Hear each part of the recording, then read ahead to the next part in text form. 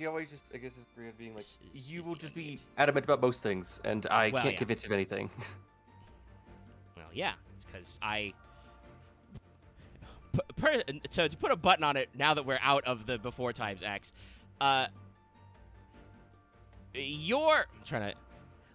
X, I want to let you know, especially for the people at home who happen to be listening, who may consider this as starting on a weird angle, and hopefully Loth and the others join us. Most soon, people, 'cause I gave them, think you don't 30 like me minutes. anyway, so it's fine. That's weird of them. I admit there are times for their attention, but I have that with everybody. Hey, Chad, Mary, have you ever are noticed kind of me an argue asshole with Lucky? sometimes, and I say this as your, I say when actually someone likes you. Yeah, I know. I get acerbic at times, and sometimes I think to myself after, I should have done that. But You've done so much. Even Lucky calls you out, which means you usually hit a certain low point.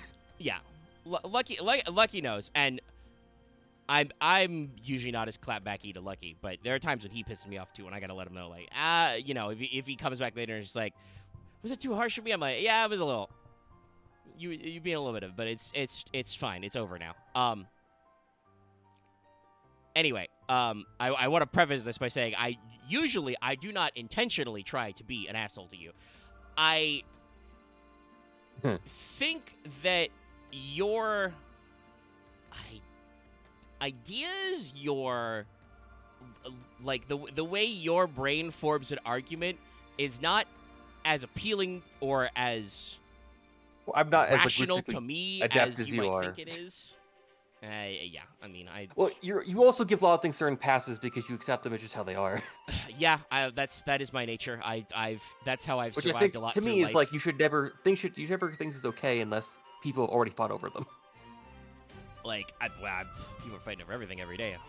If people didn't fight over shit already, I wouldn't exist. We'd be speaking German. Nah. Sorry, that was a my point. You know what I meant. You're smart enough to understand what I said there. I mean, yeah, I kind of get what you're saying, but also me with a anxiety-ridden nature, I would be dead or in an asylum right now if I used the maximum effort of my concern to fight like over everything, because I know what my maximum level of brain chug on something is. I would not be able to exist if I felt that way about everything. I will say this is at least relevant to Yu-Gi-Oh! In the sense of how we are not pro players, because outside of certain things of how it's actually not financially worth it, which I think we both can agree on. I mean, yes and no. I don't. It's one of those At least things. for I think on the actual pro, where you have to pay hundreds of dollars of travel costs. Yeah, and I think that goes with different things. I think the Euros are a little better about comping people and travel. I think that might just be companies don't want to get away with anything. But even then, it's still how much you pay for the deck and actually get better at it and so on. But that's right. Well, and I mean, it's a whole thing. There's a whole separate conversation there about, once again, that unfortunately, a lot of pro players dig this own hole because they refuse to use the power of the other part of capitalism called demand. Just play shittier decks that you have more fun playing. The price will go down. But people can't do that, even though apparently playing Yu-Gi-Oh! At high-level competitive isn't worth it. So I don't know. It is what you were, I think, the original point you were making, which is we are not wired like pro players. But yeah, it's a mix of pride and, I guess, just acceptance of what you are. And then I sometimes feel like I spiral into where I should not be okay accepting that this is a bad thing I'm in. And I'm committed to this, but I also feel like I should be open about how something is not good. Well, and I think, chat, we started this, by the way, with a conversation about earlier Discord conversation, if you've been paying attention. It started this trend of conversation by saying, the back and forth, and I'm like, in that conversation, ultimately, I think there were a few points that I was like, well, yes, verbally I will, agree or say stuff, because I do sometimes feel like I'm not giving enough credit or enough devil's advocate to be Lucky said later, I'll be honest, I would like numbers, and I'm like, yeah, I mean, I don't know if anybody would say I don't want the numbers for skills, but it is one of those things where it's to me, it is lower down on my quality of life order. I would not want them to spend time and money on developing that, which time is money, so that's how it is. When there are other things I would like cleaned up, I would like them to get to it eventually, but not if it's gonna fuck up their workflow, It's a weird thing of, I think people go back and forth on that as well. well. My one weird put it is, I feel like I just don't know. The weird thing is, I don't know how much if it's like they have investors breathing on their necks, or if it's a culture, if it's a Japanese culture thing, if they just aren't openly willing to communicate about the development, or what they just spin their wheels on, or what they can't get forward on, or how long something takes because of how many checks and balances are. Because I'd actually just like to know that to understand if it's like, or it's just like it's a constant fight against the code. You know? Because sometimes I like to know that actually. I think part of the problem is that we do get not I think the fullest transparency. I think the problem though is we do get some of that, but it is only in Japanese outlets. Like, Kano-san's great, but like, he's getting a lot better at English. I appreciate him deeply. That's not the right tab at all. Sorry, Chad. I do actually want to get started on rolling on the thing, but I'm like, I was trying to figure out my tab and I opened another YouTube tab with Y, not Wikipedia. My bad. We'll talk about my favorites, super title to a video ever. Current cards, Zambo Schmambo. But Kano-san's improved his English a lot, but I don't think he has the confidence or the language grasp to do like a full like in-depth English language interview. And as much as I think Albert has been forthcoming, and he has politely phrased things to the best of his way to be like he has put some effort in and put his foot down some. I think Albert and his team at Aniplex are responsible for a lot of the getting the ball rolling on our current like Type Moon VN Renaissance. Like I think he kind of like spearheaded that push of like no the people want to buy these numbers games. The numbers are showing. So, by the way, Fate Stay Night in like 24 hours on Steam. Crazy to think about. And then I'll actually, I think in like a few months, depending. Yeah, I might have to rework the whole damn thing because that game is literally like a weird. I mean, it's a fan disc, so like I think they crammed some extra sex scenes in it. I had a friend, my mentor. Literally, I told him I described the game as basically it's a murder mystery, Lotus Extreme, and he said that's exactly what it is. Yeah, no, that is. I've read summaries. Yes, that is like how Hollow Knight. So I'm very interested to see how the remaster works. But yeah, no, like, I think they're like Albert's not in the studio at Lasengle. He's over here, so I just don't think he can comment in English because like there's some surprisingly in-depth interviews with like Nasu and Takeuchi and even Kano-san sometimes about like, oh yeah, you know, we had to work for like months to get this done. I think there were some interviews done around the time that the Samurai Remnant collab came out early this year, where some of the guys at like Lasengle and KT were like, oh yeah, no, they asked for a real fast turnaround time on that. That was like very surprising. We had to like scramble a little to get this all together. Because it's like I don't even know if like, because I don't think we even know like what is their balance benchmark and what they have to test things for, like what is their framework, what they think is the limit of things, and how they keep adjusting that shit. Like, you know, I mean, I think they care a little bit about like because they balance, openly they said don't want the once. game to be too easy. Well, Tesla openly said they test things to make it where things can't loop unless you like brute force it massively. Yeah, well, and I test certain characters to like avoid that. Looping? I do think looping was not an intended mechanic necessarily. It's just a happy coincidence that. This is the thing I talked about with you, where I was like, I genuinely don't know if FGO wants you to grind out for some of these things. I think that like getting Saint Courts for like capping servants is supposed to be a reward because it's hard work. Also, why do they make the cost so high though? If they don't expect you to like work extra hard, to, like, or like when you kind of, or when you need to have a better resource and stuff, and that's pretty serious. So I think we should talk about something else. Well, yeah, we're working. We've successfully vamped. By the way, I have my YouTube auto ad set on moderate. It's tried to run like 2 ads in 12 minutes of us talking about nothing. So I'm sorry if like if the ad machine is getting a little too aggressive. That seems moderate to me. 2 ads in 6 minutes. Well, I did skip one of them. I think that may make it try to get it in there further. But I've pulled up the full Zombie World here. It's about as moderate as the current politics. Ayo. Anyways, Zombie World. Yeah. So I'm halfway in. I'm gonna talk my opinion. I'm already got a buzz. I apologize for what I'll say tonight. Life's been rough. Okay. How many cards are we dealing with today? Well. Sorry, my chest's a little irritated again today. It's probably psychosomatic with Lucky being a coffee. I have a lot of options. I don't know like how fast or how slow we'll do these. So the idea here is we're just kind of goopling it out a little. I'm not goop.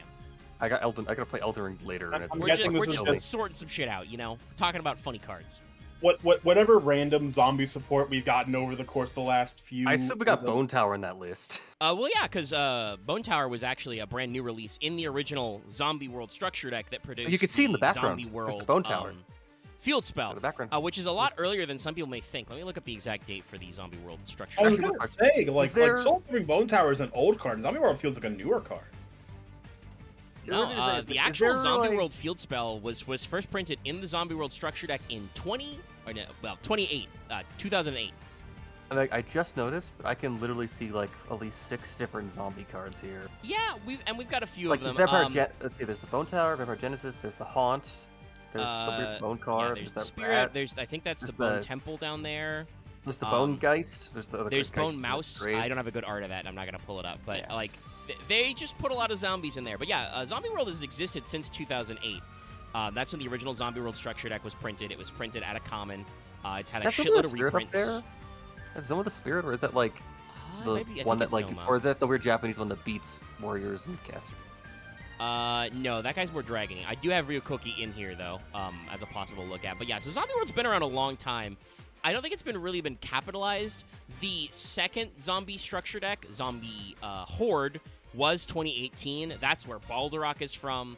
That's where the second Red Eye Zombie Dragon is from. Stuff like that. Necrobanshee and like Bloom. The stuff that made Zombie World hyper consistent, as opposed to just a funny little tech card you play to make people cry. Yeah, but the kind of some of the cohesive sub-themes of zombies have been around for a long time. So I thought it was a good one to pull up and talk about, like, what makes a zombie deck a zombie deck. There are a lot of consistent engines to Zombie World-style Zambos. And a lot of these are very interesting. I'm going to assume it was some, like, upper deck bullshit, but a lot of these cards in Japanese are undetto. Undead, so, like, Zombie World is literally undead world. I think grammatically, Zombie World flows a little better, but also it's very funny that, like, I guess they didn't want to put the word dead in these cards, like in the upper deck days. So, like, and when Konami went back to running the TCG, they just kind of kept it that way. I will never understand censor boards because they're like so inconsistent. Yeah, I don't know. You are probably a little too young to remember the kind of like satanic panic aftershocks about like Pokemon and stuff. Like, I think upper deck had reason to be concerned, but it meant they went with a weirder touch for a lot of these old cards, and some of them, like I said, I think Konami has just kept consistent. Grammatically, I do think Zombie World flows a little better than Undead World, but you could have worked the grammar somewhat. You could have been like, it could have literally just, it could have been Yomi, the Land of the Dead. Well, that's a different card, I'm pretty sure. I think there's a card already named Yomi somewhere, and there is the Yami field spell, just darkness. But yeah, so, and if you don't know, chat, the field spell Zombie World is in the description in the wiki, it's 1 line of text. It's like 3 in the actual card game, but that's because they sized up the font size because they had a lot of room. It just says, all monsters on the field at hand become zombies. Not are treated as zombies, become zombies. Neither player contributes on monsters except zombies. Yeah, field and graveyards. Also, and both graveyards, by the way. Probably, ask is like, wasn't zombie used to be like yokai and fairy used to be angel, and they just like... No.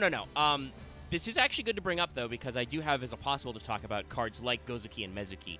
In the GX manga, Bastion played a yokai deck. Yokai was its own unique type. That was back before Illusion existed, before we actually could just make new types, or like Worm. Well, yeah, well, it wasn't even a case of them... just more cautious with type making. It wasn't even a case of, like, I mean, even in the manga, he's like, yeah, they're zombies. Like they didn't really make it. I don't remember them making a big deal of them being a different type of monster. It was just, it was right on the cusp of like, still like the concept of the modern archetype. So it was just a theme deck of a lot of zombies that were themed around and like Japanese mythology. I think that like the way the manga is like, oh, they're like yokai typed cards, you know, they're special treated as yokai card. Like nowadays you could accomplish that by just putting a parenthetical, this is always treated as a yokai. Like I think it was just for the sake of simplicity in the writing, they were like, ooh, a yokai type card, it's his own unique thing. Keep in mind, this is the GX manga, so this is where like Chaz with Light and Darkness Dragon comes from, and also Jaden's like run of masked heroes who just do completely different things in the manga than they work in the real game. Different things. Most of them did nothing. Most of them were just vanilla assholes. Like Stratos, just a vanilla. He didn't do anything. Some of them were just like different elemental heat themed guys. So like the GX manga especially has never been a clean 1-to-1 translation. But yes, you are correct that fairy type monsters are angels in the OCG, just like fiends are, straight up devils in the OCG. The actual zombie type it is literally undead type. Again, I think that's kind of out there. This is one of the cases where the translation works just as well. But yeah, when they ported Bastion's monsters to the main game, because I think he probably had like 8. They made them zombies because thematically it worked, and again, the cards are a lot better for it. The GX manga, it plays the most fast and loose with the duels. Like I'm looking through the list of yokai monsters. Like we have Crow Tengu, Daidarabochi, Goka, the Pyre of Malice, a familiar card for most of us, I think. That card got around for a good little while. Yeah, Goku did some stuff. Like Shootin' Doji. I believe there are a handful of just little guys that were just mixed in there. But then there's other guys like Jim Crocodile Cook actually played a crocodile deck in the manga. That was just crocodile. That's just a reptile though. Yeah. And now when they've been released, they are actually like, oh, these are reptiles, obviously. Like, I think there's something to be said for like, I would like Konami to be a little more ambitious with types and not just kind of reserve it for shit. We've printed too many dragons. Shit, we've printed too many spellcasters. What do we do? And I think that Illusion has very consistent theming for like a real type, which is actually nice. Illusion has like the one-off bits, but it's mostly I think it's kind of contained. I think so far the only one that doesn't have the like Illusion subtype effect is very specifically the Memento Fusion. All the other guys that are illusions, even the generic extra deck guys, keep the like neither monster can be destroyed by battle effect. So like much like how for a long time every single psychic monster had some kind of effect, either life point related, life point cost related, banish related, or both. Like, they've kept illusions also, like, very narratively, kind of mechanically making sense, which is cool. I like that. But, like, I wish they were more ambitious with types. Underserved types like Reptile, and at the time, Zombie, were better off for it. Because, like, Zombie World is a very interesting card, I've just read off its very simple effect. Some of you may not think, oh, that can support an entire, like, style of deck around searching, playing Zombie World, and then taking advantage of that. But its simplicity is great. First of all, if your opponent requires any kind of specific typing, they're fucked. Like, it changes everything on the field and the graveyards to zombies. This is a floodgate effect that is getting not increasingly, but slightly more common. We've seen a lot in limited formats with like Clockwork Knights and stuff, There's that continuous trap from the GX era they finally printed, which lets you fuck with monsters in the graveyard effects. Samsara of something or other. And also, this is kind of like a Mask of Restrict. You can't tribute some monsters unless they're zombies. Well, guess what? You don't turn all monsters in the hand to zombies. So, this is a really interesting way back in the day to block up some decks. Nowadays, that second part isn't as important, because it doesn't necessarily stop, like, tributing for other effects. It can still come up in modern Yu-Gi-Oh, but it's way more niche than it used to be. Yeah. I've been bungled by Zombie World's effects more often than not. But the type switching in field and graveyard is like, well, hey, guess what? If you need a link 1 or 2 that says it needs, 2 dragons or 2 spellcasters, you can't. Because they don't exist. They're not allowed. So it's a pretty interesting card that like it kind of set up this floodgate effect, but in terms of field spells that floodgate, Zombie World is like very mild. It's annoying, and certainly there are some decks that are way more fucked over than others. But it's got a weird thing. Now I have a handful of just vanilla zombies, just listed so we can look at them. Some of these predate Zombie World. Some of them came out after. Do you guys want to just kind of intersperse them as they come out, or do you want to blitz those all real quick? Let's just blitz through the vanillas because there won't be much to talk about. Yeah, aside put them from all just- as a collage because it's like they're just We'll a see if I can theme fit instead all of actually of them. anything I got like relevant. 6 of these. Always. I guess if one gets retrained to another, you can bring that up later, Yeah, like zombie and so on. But Zombie is actually a deck that had a pretty consistent theme in the original anime manga that I think like more recent cards have called back to, and is still a source of new zombie archetype cards to this day, which is we first met zombie monsters in Duelist Kingdom with I want to call him just Bones. like I think in the Bones? in the dub he was Bones with a Z Yeah, he was- no E. What is Ghost Kotsuzuka. yes, it's Kosuzuka. It's Kotsuzuka or Kozuka. It's both. But his trick was he fought Joey in a cave with a box of scraps, but he had a box of scraps that Bandit Keith handed to him. Yes.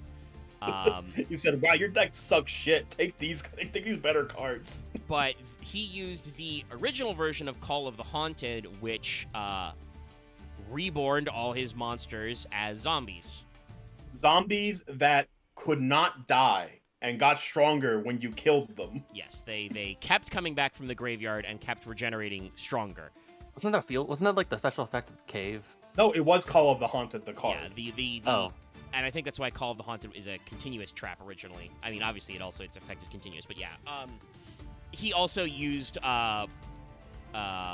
Pumpkin, King of the Pumpkins, to do some stuff, which unfortunately the actual Pumpkin does not get all of that extra juice. The actual Pumpkin doesn't it need like Castle of Dark Illusion or something? No. Castle of Dark Illusion and Pumpkin do interact some way, but I don't remember the direction. The big As problem long with as Castle Pumpkin of Dark is Illusion. level 5. Yeah, no. The attack increase only happens if Castle of Dark Illusion is face up on the field. Yeah, no, And it's only this card. That's so messy. That was And if Castle of really Dark Illusion remains face up on the field, attack and defense of this card increases by 100 points during each of your standby phases, but only up to 4 times. Yeah, that's another one of those, much like why Castle of Dark Illusions itself has like really weird stats.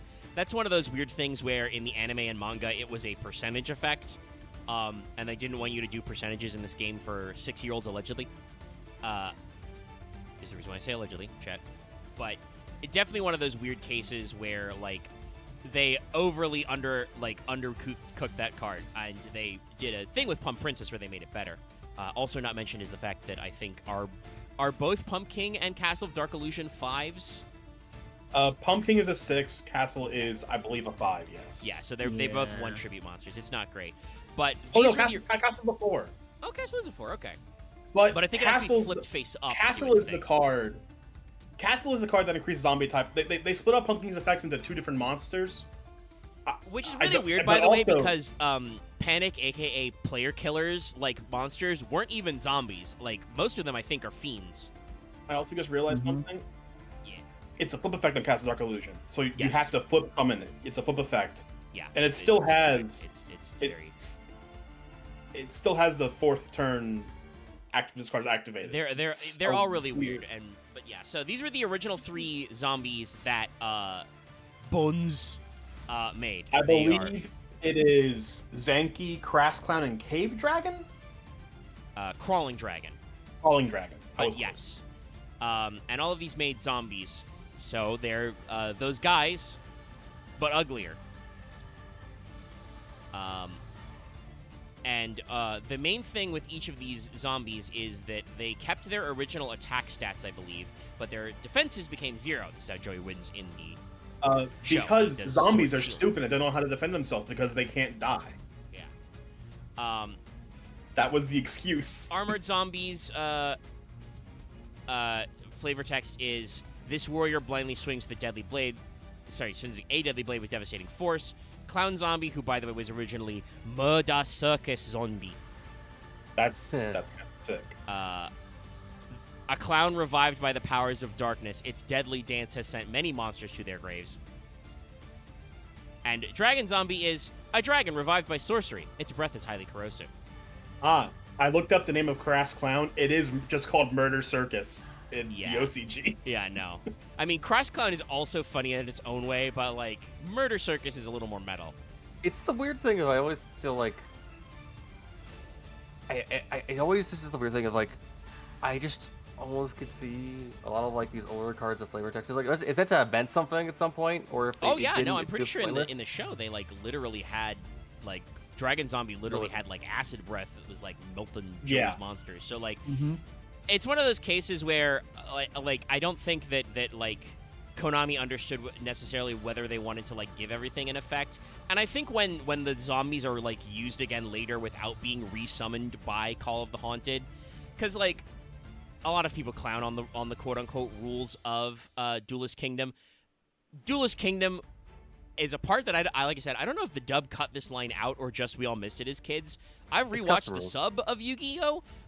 Pegasus straight up says, or Maximilian J. Crawford straight up says, I'm inviting you to a tournament with special rules. The dub mentions there are rules, never explains them. I have read the manga and watched the sub. They plainly explain the field power boost is a 30% increase. Yeah. If monsters are destroyed by effects, you take a quarter of their attack points as damage. Like they plainly explain how the rules work. And like there are some like hidden tricks, but yes, they are playing a variant rule which in the original dub as kids was not clearly explained, which is a shame.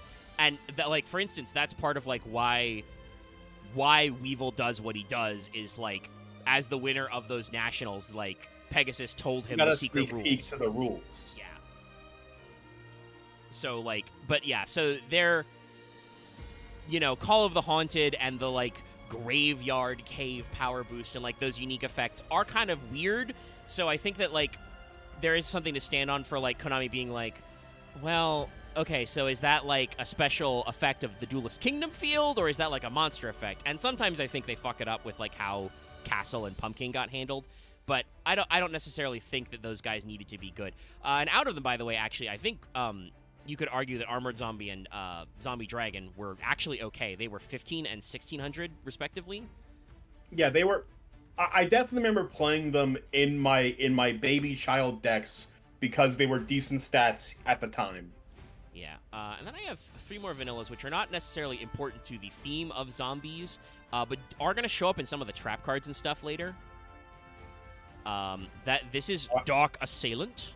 I remember playing this dude. He looked sick he still looks. Oh, just wait till I read this fucking flavor text too. This guy has a flavor text of all time. But let me grab a couple of other guys because they're also important. We saw one of them earlier. I looked at this flavor text. Yeah, it's great. Here's another one that's just like this card has some of the sickest art ever for a fucking vanilla zombie. It's a Temple vanilla of Skulls. zombie with 200 attack points. Temple of Skulls. And here's a guy who's going to be important later because he did actually get an effect retrain. Once the Is it Ballad Rock? No. Ballad Rock is all new, I think. But behold, everybody, 3-legged zombie. I bet you didn't realize that zombie was a thing. It was like a retrain. Oh yeah. Also, I know that they call it 3-legged zombie, like a 3-legged race. They only have 2 legs between them. Okay, well, there's the weird bone house thing that I feel like I've seen it from like some other kind of weird it's an thing. What's his face?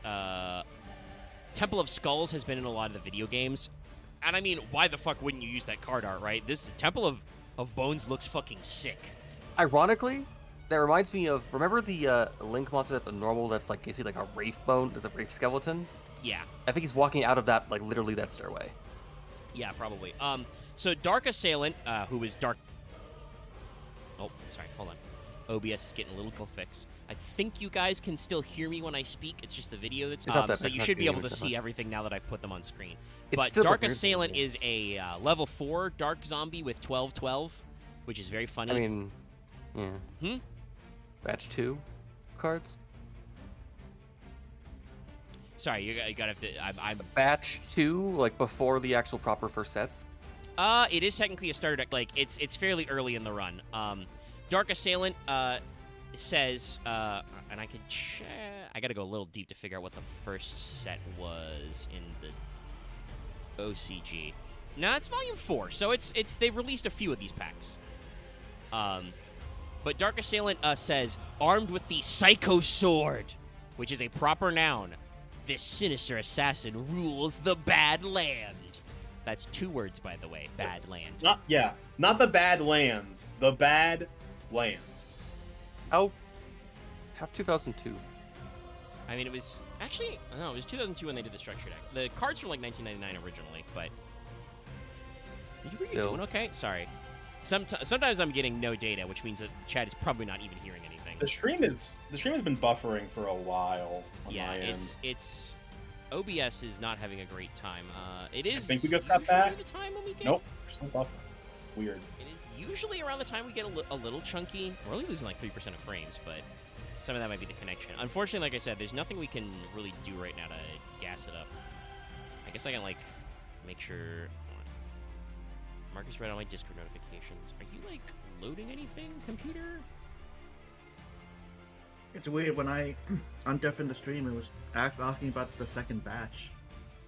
Well, it's I think it's lagging because it's buffering. There's like not getting enough data.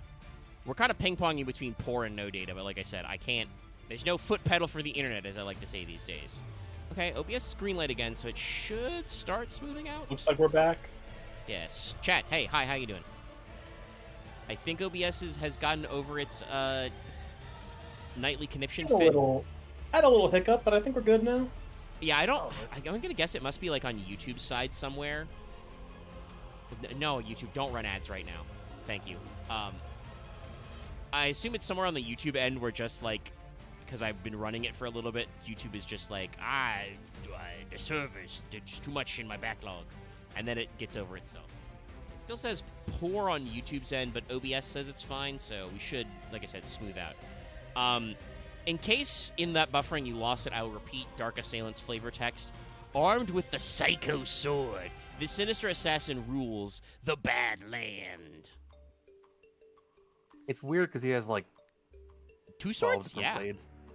He's got a billion daggers in his hand. He's got another dagger on his belt. He's got 2 like rapiers on his back. Let me run his original Japanese flavor text through G-Trans. And then he's also like, yeah, his legs got the holsters for all the knives. Again, I always think like Yu-Gi-Oh could have had like one of those like fucking Kingsfield style RPGs of just all different monsters as like the things you encounter in the game. I mean, if Konami had any balls, yes, that's. Again, we talked at the start of this episode about some stuff. This is the one thing I do think we agree on is like I kind of understand business-wise why they're like we're slow about their video games for a while. If they had any guts, they would bring back the wacky old video games of Yu-Gi-Oh.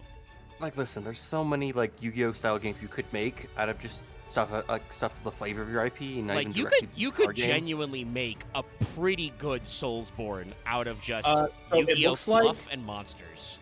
It looks like the only difference between Dark Assailant's flavor text is that instead of the Bad Land, it's the Demon World. Yeah, what Google is telling me is an assassin who rules over the Demon World and wields a sword called the Psycho Sword. Which is basically the Dark World, essentially. Yeah.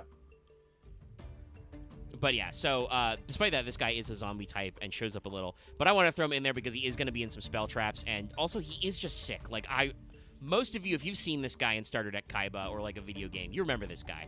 I think he was even ported to like Dungeon Duel Monsters. Yeah, I do remember that. It is not like Dark World because we're ancient vanilla. It is just Makai, which is just like it is a placeholder for just like like they hadn't started yet calling it Yami Makai. Yeah, it's just Seeing Makai. him brought back memories of getting the Starter Deck Kaiba back in the day. Yeah, he's a classy boy. Temple of Skulls is just a mysterious temple of skulls and bones that pulls in unsuspecting enemies. It's honestly a creative design because I've never seen stuff like it's like I think I've seen stuff like this of like actual old dungeon crawlers. I think in early 2000s, but those are like PS2 games. So like. Oh yeah, no. I mean, even earlier. This looks like a little like when you're in a certain location, looks like a little square in like a fucking PC like Ultima like type dungeon crawler. Go ahead, Lob. What? What's it censored at all? Who? This card, the Temple of Bones. I feel like they would have had to censor the blood on that skull in the forefront corner. No. But aside from that, this card was printed with that art. Really? Yes, in 2006 in Tournament Pack 8. Oh, if this Tournament Pack card, they're probably like, no one's gonna care about this card. Yeah. No one's gonna see this. we can get away with this one. Speaking of cards nobody remembers, I think there's a reason why a lot of people don't realize that Unizombie is technically a retrain. Three-Legged Zombies is a vanilla, which was printed only in, drumroll everybody, McDonald's promotional cards. And then they reprinted it as a super rare, as a foil in Legendary Collection 3, Yugi's World. These are the literal only the 2 times this card has ever been printed. It's so hilarious. His name in Japanese, by the way, is Two-Man Three-Legged Zombie. Ni nin sankyaku zombie. It's a pun, but he still doesn't have 3 legs. That definitely sounds like some kind of pun. Yeah. Because I know sankyaku is sankyaku is definitely something. My brain's too they're buzzed. just in a level 3. They got like 1100 attack. But I do like this. They're a pair of friendly skeletons, lean and fat, that travel with extreme difficulty. They were friendly skeletons, chat. They were friends. Well, one's got the whole like Buddhist zombie thing of like your flesh is tied to your bone. And that is, by the way, literally what the Japanese text means. A pair of friendly skeletons, one skinny and the other fat. You have a hard time. I have gone to the trivia page. Oh yeah, got it. It's referring to a 3-legged race. The original the Japanese name for a 3-legged race means 2 people, 3 legs. It's weird. So it is a literal pun on 3-legged race, even in the Japanese name. Yeah. Wild.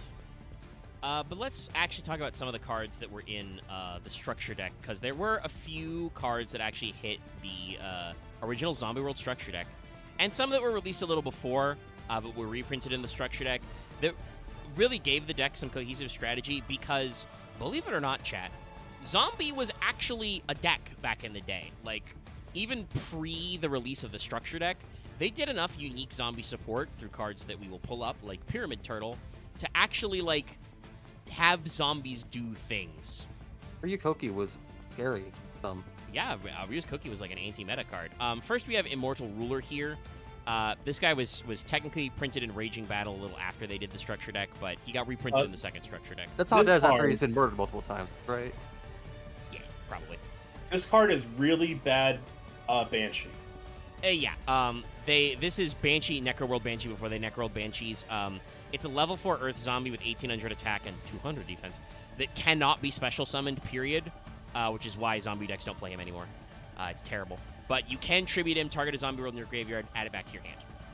So, like, for a card originally printed in 2009 as pack filler, not terrible. Art-wise, this is important because, as Axe brought up, this is absolutely Hades after somebody has fucking killed him and sent him to the graveyard.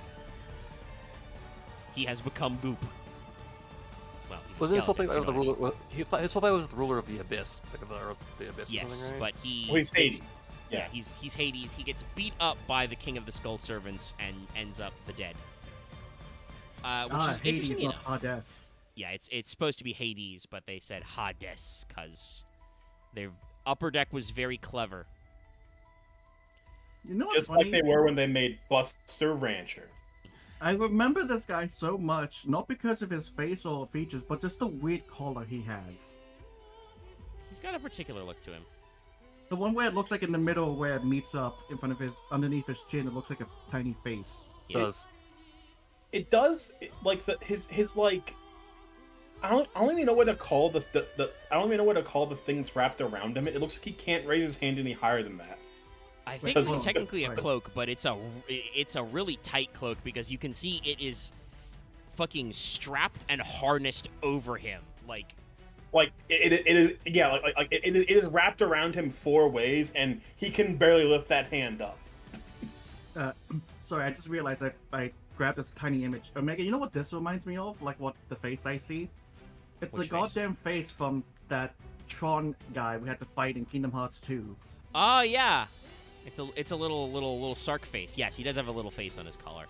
The master computer. And so, talking about cards that have been zombified for no reason, Paladin of the Cursed Dragon. That's the ritual weapon guy. Yes, and that ritual weapon guy is also the Paladin of White Dragon, which is the level 4 ritual to summon Blue Eyes. Yeah. I said it earlier, but it's like I more noticed like it's tactical metal armor and ritual weapons. So he's also got the rare gold armor on is the name of his armor. Because that's another card you can equip. But they decided to zombify him. Yep, completely different from Bimbo skeleton too. He was pretty good back in the day too, from what I remember. He's got a pretty solid effect. Yeah, this guy was actually printed in the structure deck, and he is, well, first of all, he has the same stats as the ritual version, which the ritual was a level 4 with 1900 attack, so this guy is a light zombie level 4 with 1900 attack. Ooh. You can revive, I think, to either side of the field. Yes, once per turn. Soft once per turn. You can target one level 4 or lower zombie monster in your opponent's graveyard that was destroyed by battle. Special summon it. He's a really finicky Goyo. Yeah. Which, by the way, funnily enough, because I think the Zombie World structure deck came out around like the first generation of Synchros, but doesn't actually include the Synchro zombie stuff yet. It was actually suggested to play Goyo Guardian in the Zombie World structure deck. Like, they talked about it in power-up packs and stuff. Oh, yeah, are we also gonna... I've got some of the Synchro stuff, because I was gonna ask if we're we're gonna play if Zombie Master's on the list. Oh, yeah, he's in there, because he was in the structure deck as well. He's just a Zed. But yeah, so, like we said, this guy is a very particular effect. But hey, guess what? If you're playing Zombie World, your opponent's monsters in the graveyard are all zombies. So, it's slow, but it's from 2008, so, like, it's alright. And it is a 1900 attacker, like... Yeah, this is the thing. Like it's slow, but it's like it's 1900 beats that you can just plop on the field without any wind up. He lands on the board. Yeah. Worst case, he's a beater. Best case, he's Goyo. Like. And also, it's very important to note that he has less than 2,000 defense, which is important. Our next card, the Pyramid Turtle. Yeah, this guy. So Pyramid Turtle predates this, obviously. This is a old-ass Yu-Gi-Oh card. This was Pharaonic Guardian. It's just... Oh, bro, it's just an old-style drawing. It almost reminds me of, like, old, like, late 90s computer background art. Yeah.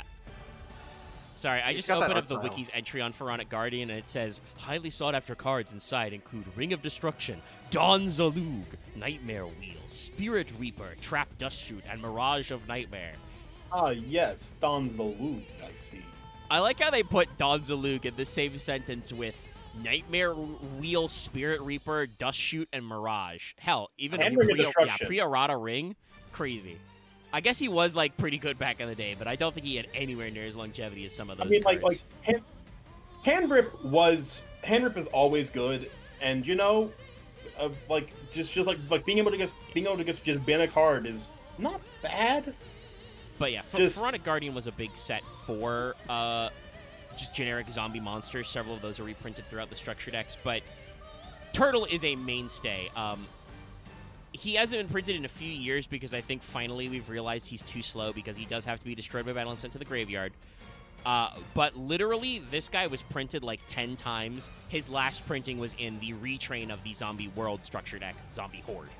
So, like, Pyramid Turtle's been around for a while, and he is certainly a turtle that is a pyramid.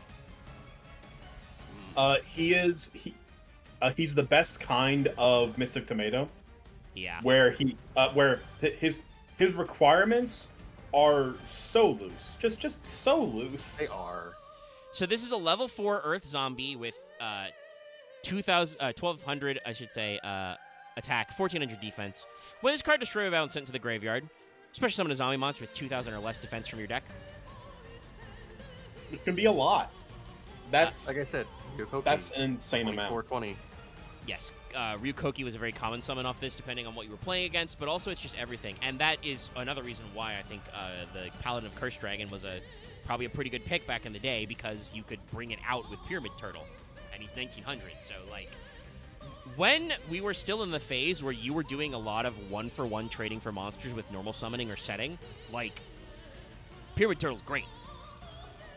Because it's based on defense, that means you can float into a guy with, like, 0 defense and big attack and overtake monsters, you know, in the middle of the battle phase. A very strong effect for the time.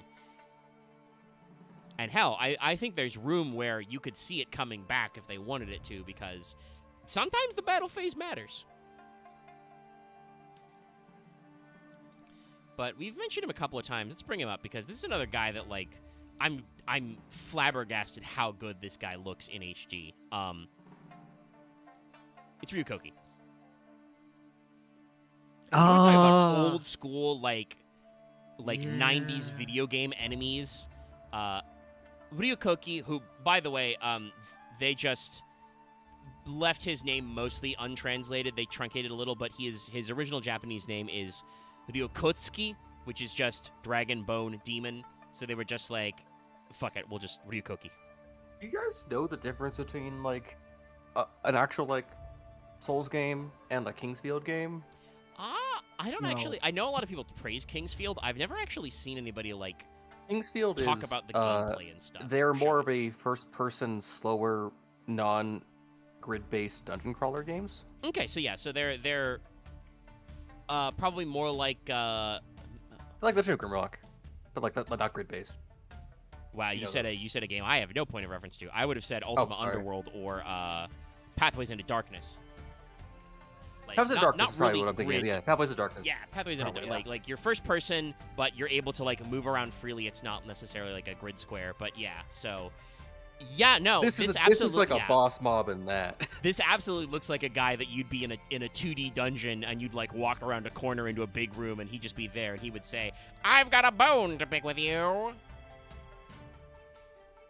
and then you die. No, this guy's sick as hell. It's like a weird flesh bone serpent with, like, crystals and a weird thing in his chest. It's like he's got his impressively disturbing. Arms are made of skulls, and they're, like, full of weird fucked up angles. This thing is. I think he's got a tail. It's like a serpent. He's like a bone. Well, he's a dragon, so I think he is supposed to be kind of serpentine. Yeah. I guess it is a demonic. He's got, like, the actual, like, classical, like, bone Oni face. Yeah. I know. Way too many teeth. Like, you say he's meant to be serpentine. He just looks like he's just lounging. And he's like, he could have his knees folded up. He could be like, paint me like one of your French Oh my god, he could just be like a bone golem Oni thing. Yeah. I love the contrast of, like, he has the big red fuck me light, but then he's got, like, blue soul gems in his neck. Like, nah, this guy's rad as hell. And again, probably has a laser attack. You know what's very fucky in my mind? Towards, like, what looks like his left or his right shoulder, you got the two skulls where it looks like both teeth. Like, yeah, they're kind of like reversed teeth here. Yeah, it's pretty cool. Somebody had fun drawing this.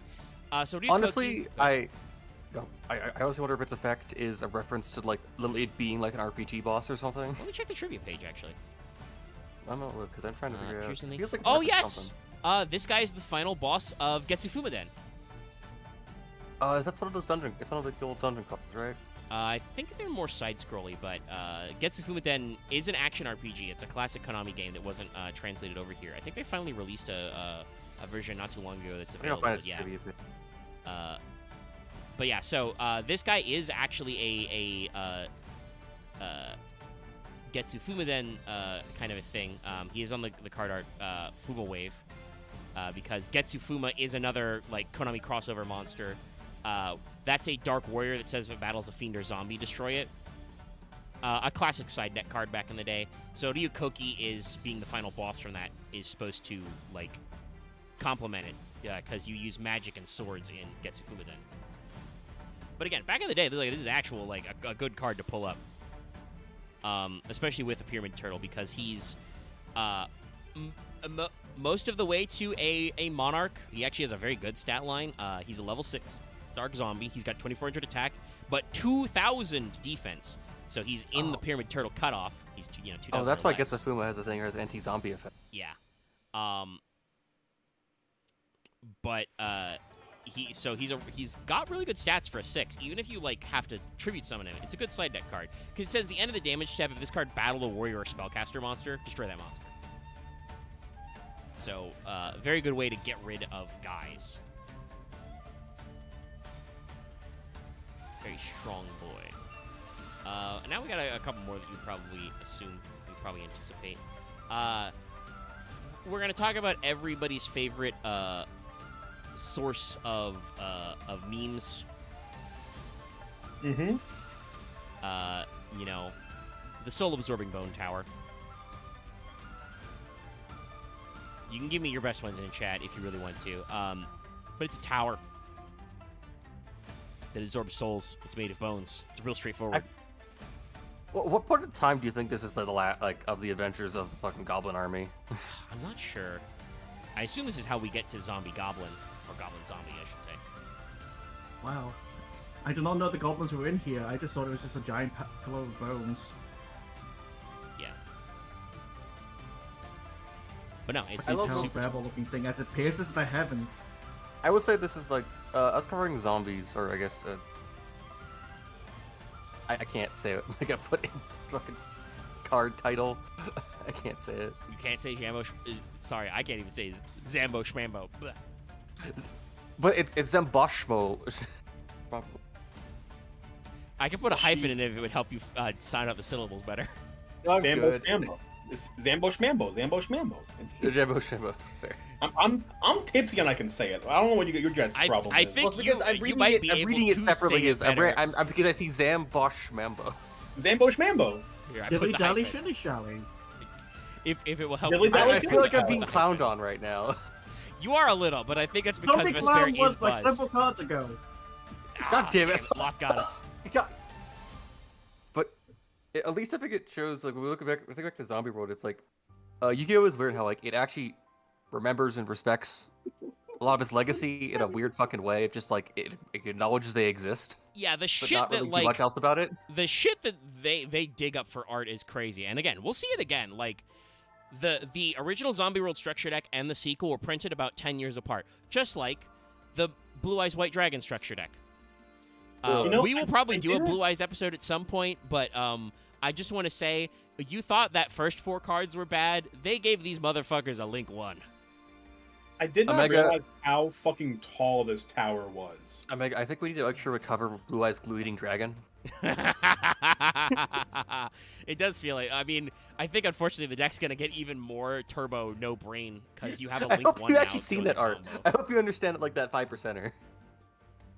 I think I have seen it somewhere. That's It's a like long- deep been in a the long time, meme though, review but yeah, annals. like, That's deep in the meme review chaos because it's like I can't watch that because they just get so sad and miserable every time they do Yeah, I it. mean they're not wrong for getting miserable, but also I kind of feel like they do it to themselves because it is like I think look the for people other on memes. Master Duel Meta don't understand memes. They're literally just posting them there because they can't post them on our Yu-Gi-Oh. I just can't believe that Kaiba stole Joey's stick and has a baby dragon.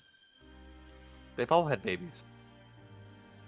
They've all Well, had yeah, eggs. but the and tablets. the rock actually bursting into a dragon, you know, they haven't had Blue Eyes baby dragon yet. Fair. But yeah, the little guy is crazy, and they have a field spell or a field spell searcher already. So yeah, I'm like not happy, but also it's one of those things where like, yeah, whatever. They're gonna do it. Look, it's Blue Eyes, of course. You know, like. I mean, at the very least, I do feel happy that like Blue Eyes now, at least in Master Duel, is experiencing the pain that Red Eyes Fusion had, where now like Ultimate Fusion is being teched into what is effectively a Dark Magician deck to turbo out Magia Master. Like, you do run, like, Ultimate Dragon and stuff, but, like, that's much more built around an engine of, like, Magician Souls and, like, Illusion of Chaos and shit, and getting Ultimate Fusion to shuffle them back. So it's, like, now they understand the Dark Dragoon pain of like, hey, we've taken your really cool fusion summon and now we're using it to turbo out a guy who's an Omni, who's 5k. Look, it's like they always say, one must imagine Joey Wheeler happy. Joey probably the main thing is that Joey was such he was a good lad. He would. I see it now. Red Eyes Black Dice Dragon. Give me Red Eye. Yeah, give me Red Eyes Black Dragon dice. It's the Duke Devlin crossover when he wore the dog suit. Give me Red Eyes Black. It could be Black Dragon. Red Eyes Black Dog Suit. A card. Whoa. Okay. Wow. We're going. And I already made my bimbofication joke today. What? You didn't catch it. Loth did. I caused him psychic damage. Anyway, the Soul Absorbing Bone Tower, which I will not. I didn't hear it. Repeat. You went ugh, so I think you did hear it, and you just blacked it out. Yep. Don't even repeat it to me. I will not reiterate any of the jokes about Soul Absorbing Bone Tower we have heard. I mean, listen, I'm just gonna keep saying dumb ideas of I'm basically monkey pawing into existence of Red Eyes cards you never want to see happen. Hey, if Konami has the goddamn guts, we'll see what happens. It's a Tower of Bones. It's a boner. We can get. Yes. We've already got it done. Let's move on. I think it's cool that it's pierced the heaven. Yeah, it's pretty cool. And once again, this will come back later in other card art. They remembered this existed. So this is a level 3 Dark Zambo. It's got 400 attack and 1500 defense. If you control another zombie-type monster, your opponent can target this card for effects. Each time a zombie-type monster special summons, send the top 2 cards of your opponent's deck to the graveyard. That's right, baby. It's a mill card. Which, honestly, at alternating times in Yu-Gi-Oh!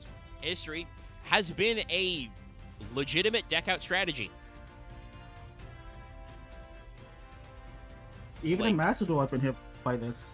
Yeah, no, because that's not a once per turn, it's not a once per card, so you can get multiple towers to mill, and guess what? Zombies like to special summon.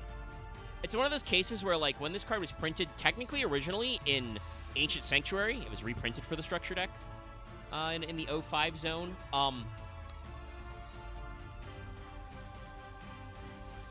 Actually, no, that's not correct. The Zombie World structure deck we're talking about is from 08. We are skipping the Zombie Madness structure deck because that was the Vampire Genesis one. But that also reprinted a shitload of zombie cards, including this one. So, like, it's a really weird, layer of, like, the zombie recoveries. But, they reprinted this card anew. Back in that time, special summoning, not that common. Nowadays, very common. So you can actually set up the Bone Tower Mill. One of the ways you can set up that special summon is with our next guy. Axe mentioned him by name earlier, but we are going to bring it out. Because you've probably never seen this guy up close. It is the very directly named Zombie Master. Ooh. And once again, this is a guy who was technically in Tactical Evolution first, but was reprinted for the Zombie World structure deck. We knew how good he was. You gotta love it. I also just noticed Skull Servant is not ready for his turn. Yes. He's just picking up like, oh no! He wants Skull to go. Servant's an archetype to break down. Don't worry about it. Yeah. You know, for the longest time, I thought this whole thing about the guy with the hands up and the guy below him was all just one person in a really long coat. I kind of thought the same, honestly. No, it's and that's actually a guy. Like His card art, I mean, you can literally see what he looks like in this picture. That's actually a card called Reborn Zombie. We don't need to look at him. Okay. He's very, very middle of the road zombie effect monster from back in the day. But yeah, Zombie Master is reborning the Reborn Zombie, and he is loving it. Look at how happy he is. He is so jazzed to be here, y'all. He is ready to thriller dance. Reborn Zombie is 100% an early GX card. I have vivid memories of this asshole because I read this effect even as a kid. I'm like, this sucks. He is from Elemental Energy, which I feel like is one of the sets when we did Prague that we hated the most. You know what? I'm looking at him. I want to dunk on him. I'm just gonna say it. He's a 1,000 attack asshole. While you have no cards in your hand, and this card's attack position cannot be destroyed by battle. wow, amazing effect. Which is so weird because he's got 1600 defense, man. Why you got to do Reborn Zombie like this? You have to take the damage. You have to take damage on top of having those 2 restrictions. Gotta be like Krebons. Never mind that we already. Krebons is just a better version. Never mind that also, you know what's a better version in zombie decks? Spirit Reaper. Yeah, Spirit Reaper, who I think has been out for probably at least a year or 2 before this card was printed. They're like, the guy has a forward name after him. Make another one of those, but how can we make it bad? Anyway, I do want to say. Good. Sorry. Yeah. Who doesn't? I've always liked necromancers, mostly. So this guy's just been like, I can't tell if he's like actually like, no, he's still like, I think he's still alive, but I think he's like dead or something, or at least he's he like. He is decrepit. himself a zombie type, and he's wearing a necktie that has a guy's face on it. Oh. Oh, he's a Night Lord. But like I said, he's just loving life, you know. He's waited a full moon to do this whole ritual. He's just having fun finding all those femurs. He's my good friend. So Zombie Master is a dark zombie level 4, 1800 attack, 0 defense. So he's summonable off Pyramid Turtle and has a decent I think stat. only Axe gets that joke. I don't know. Once per turn, send 1 monster from your hand to the graveyard. Target a level 4 lower zombie monster in either graveyard. Special summon it. This monster must be faced up on the field to activate and resolve this effect. So like. It has some downsides to like the timing. If your opponent can just pop him or bounce him back to hand mid activation, you can get him. Or even just like, for example, DD Crow, the asshole they're targeting, but still. Yeah. Regardless. You can get around it because it is targeting as well. But again, for a card that came out in 2007 originally, very well put together, and again, I think technically still relevant today. Like if you're building and a also zombie deck, again, just really good stats. Like the zombie monsters, just like it was just a bunch of bangers. Like just a lot of good static cards that also had really powerful effects. Yeah, like this guy, it's a soft once per turn, so if you get more than 1 on the board, you can do it multiple times. And it's send a monster from hand to grave. Zombie Master. Yeah. And it's send from hand, hand to grave, target a level 4 or lower, summon it back. And again, while I don't know for sure if they knew Zombie World was going to exist yet, because this does predate that structure deck a little bit, it works very well with Zombie World because it's a zombie monster in either graveyard. So it means that because Zombie World makes all your opponent's monsters in graveyard zombies, any of their level 4 or lower monsters, yours. So yeah, no, this is a card that, like, I think if we're building a zombie-themed deck, you would still have to look at and be like, oh, do I have space for Zombie Master? Because, like, if you can get guys in the graveyard, which you can, you're playing zombies, you can put cards in the graveyard. Zombie, there's, like, if zombie decks will blink and they'll have 20 cards in the grave. Yeah. Oh, I mean, I know Dallas has not deigned to appear currently, and so I don't know what he's doing, but, sorry, I should show the beam Loth made. Oh, you just now saw it? Yeah, I just tabbed back because I was gonna look at Dallas's online status. He's technically online in Discord. I could probably like add him to show up, but I'll add him. I know for a fact that Dallas is a fan of Zombie World decks, specifically of the Grass is Greener variant. I like Zombie Sinker a lot. Yeah, and like, yeah, when you can play Grass, that's a legitimate strategy to just be like, hey, I've 60 cards, put 20 of them in the graveyard. Fuck you. They're zombies. I don't care. But I'll pull up. Actually, no, that won't work. Wow, that's a really big image. Let me see if I can copy that a little smaller. I'll show you what meme Loth has made before I pull up our next card. We're gonna talk a little about a couple of spell cards.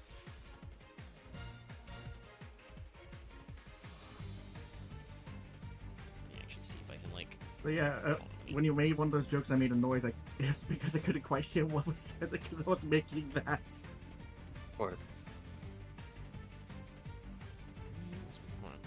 I wanted to do the joke of another 3 years of Blue Eyes Baby Dragon Discourse, but it wouldn't have fit.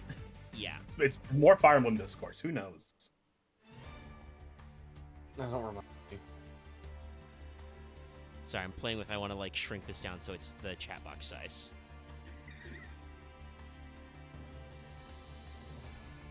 it's not exact. All right, that's close enough. Yeah, there you are. That's where you live now, chat. The illusion of free You want the cow. But our next card I'm going to pull up is another classic staple of zombie decks, but also just one of the Yu-Gi-Oh-est Yu-Gi-Oh cards ever. Book of Life. Oh, baby. Oh, no. We made Reborn. It's just Monster We made a Reborn. book. It's a stone book. It's Book of Life. This is another Pharaonic Guardian card. Interesting, by the way, this is not only Book of Life in the original Japanese, but also Forbidden Magic. When they're quite literal about put life into your book. But yeah, so this is one of our book cards. Let me see, has Book of Life ever been retrained? You want to get like Moon and Eclipse and Nah, those are all very unrelated. Oh. It's the actual effect. I do like that. The only difference between the book cards is just the symbol in the middle of, like, obviously the color, but the symbol in the middle of the tablet. Yeah, they everything else theme. is It's very great. If for some reason you don't know what Book of Life does, it's very simple. Target one zombie monster in your graveyard and one monster in your opponent's graveyard. Special summon the first target, banish the second. Again, this is a card from the year 2003. And this is, other than the fact that I don't think this is searchable, this is still a really decent tech card. Yeah, if you have the space, you'll probably play it because it's just in regular decks, playing Reborn's not that great because you can never guarantee graveyard recursion. Yeah. But in zombies, you have 17 cards that mill that card you want to have in your grave to Reborn. So. And depending on what you're doing, you have ways to force your opponent to send cards to graveyard. Vampires have a lot of milling effects. You know, if you make zombie vampire, you can set some guys up and then recycle some mats. You can, if you're going for soul absorbing bone tower, which again, this is a card that is not once per turn that special summons a zombie. You can start doing bone mills on that my way. soul and absorb my tower, etc. Various factors there. So no, this is another card that's just sometimes I know Yu-Gi-Oh! Does have to get more complicated to make cards relevant because we've already done a lot of simple stuff, but that doesn't mean simple stuff is bad. This is a very straightforward effect that is still functional to this day. You know what this reminds me of? Yes, before I pull up our next The card. book from The Mummy 2. Oh, yes, no. Actually, those books were both in The Mummy 1. They just weren't as prominent. Oh, right. I cannot say for sure. I mean, so there is actually an ancient Egyptian funerary text called the Book of the Living and the Dead. It's not an actual book. It's papyrus scrolls. But that is actually what, the text of, spells and your guide for how to not get, judged poorly in the afterlife was called, that they would pack in coffins. But I do wonder if them being big, stonking stone books is a reference to The Mummy. Because I think Mummy 1 was, 1999? That would make sense. I think it's the 25th year this year. So, this is why they put it back in theaters. But yeah, our next spell card, while looking pretty rad, not as useful in our modern day, but was a cornerstone of some of these effects. So this is Call of the Mummy. Speaking of the Mummy. No, I'm definitely... I remember now, there are times, once again to say I don't go out of my way to rag on Axe. There are times when Axe will, compare to an aesthetic, I'm I think that's a little more generic than that. No, this is just, random encounter art when you're doing a dungeon crawler RPG. This is you open the door, you stumble into the room, it's full of mummies! What do you do? It's the dead! This is literally the art of it, of one of those adventure books. Yes! This true fucking holy shit, actually, so right, but I've been playing the feels Sorcery like games. a sequel to Offerings to the Doomed or Dead. It is kind of in that similar aesthetic vibe, yeah. So what Call of the Mummy does, this is a continuous spell. It says once per turn you can special summon a zombie monster from your hand. You have to control no monsters to activate this effect and resolve it. So you can't chain it and fuck it up. But yeah, no, I mean, this is just a card that, once again, from 2003. They reprinted it in Structure Decks, but it was from Pharaonic Guardian originally. Zombies just had a free special summon starter, which is very wild, but also why, like, Soul Absorbing Bone Tower, not crazy card. Yeah, let's hit up our boys, though. Speaking of the... Call the Mummy was one of those cards that I'm sure every one of us as a kid saw this card, knew it was stupid, and we're like, how do I build a deck around this card? Yeah. How do I do that? Like, I feel like this might like this and that card Jaden plays to draw 4. I'm blanking on the name of it, but people know what I'm talking about, right? I think so. I'm trying to recall. Draw until you have 4. Is it, well, no, because they nerfed that in the TCG. Mirage of Nightmare. I found it. Oh, yeah, I think it also, it looks, I think it is I think it is the actual follow-up to this card art, too. Looking at the art of Mirage of Nightmare. That's both Mirage of Nightmare. That's a fun card. But yeah, like Mirage of Nightmare and Call of the Mummy are the kind of cards like you read as a kid and you're like, okay, how do I break this? Like this is one of the first cards that kids read and go, I can do something with this. I don't know how to, but I can. Yeah. And yeah, Mirage of Nightmare is a pretty cool card. Banned everywhere for good reason, because it's during your opponent's standby phase, draw until you have 4. During your next standby phase, randomly drumber, discard the same number of cards you drew. If you don't have enough cards, there's also definitely. I'm also remember. Another card entered my brain that's definitely like the third part of this, but it is a card that is so dog shit and old. There's no way I'm gonna find it. Well, let's talk about yokai. Yeah. Because Mezuki here, Horsehead Demon, old Horsehead, was printed in about 2008, so roughly around the time the Zombie World Structure Deck came out, but wasn't actually in the Structure Deck. He's another card that has been reprinted about 5 billion times. He was in, the Duel Academy Legendary Collection, the Raw Yellow Mega Pack, several... If you ever played against a zombie deck, you've seen this card. You know what this card does. We don't have to tell you, but we will anyways. Yes. If you don't know, somehow, if you've been living under a rock, like Dallas, I will continue to slander Dallas until he shows up, I guess. Or Dallas tells me, I can't, I'm dying, my kidneys have exploded, and then I'll be like, oh, shit, I shouldn't have shit-talked Dallas. He would never tell us that, though. I think if it was his kidneys, he would. If it was somebody else's kidneys, he would feel bound not to share their personal health information. So, sorry, just a weird thing, because I've recently been rewatching some Team Forza stuff. Gozuki and Mezuki, and I'm just listening to, what's it, the Hiffle stuff? Gauze and Mez, yes, they are named. Yeah, Gauze and Mez, Gozuki and Mezuki.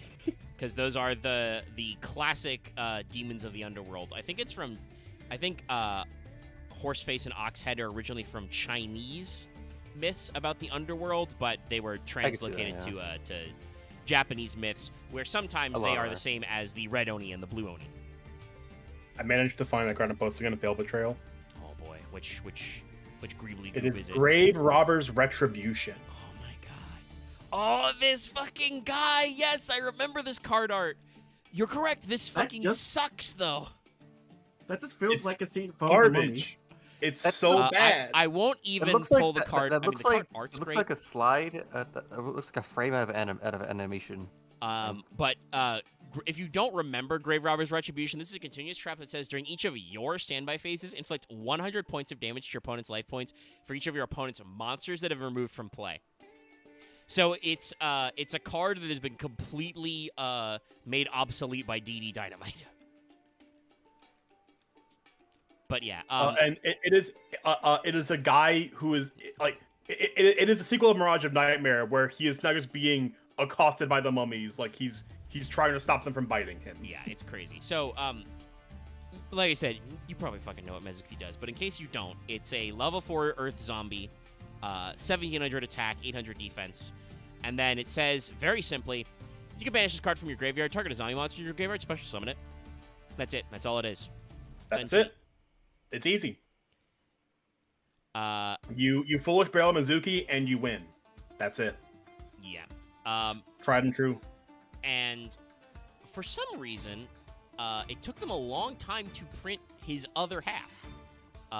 Gozuki wasn't printed until let me double check the exact date. Yeah, Duelist Saga in 2017. That's probably why he has more lines of text, but I think most people would still argue that Mizuki is better. But here's Gozuki. He's the ox head. It's very very simple.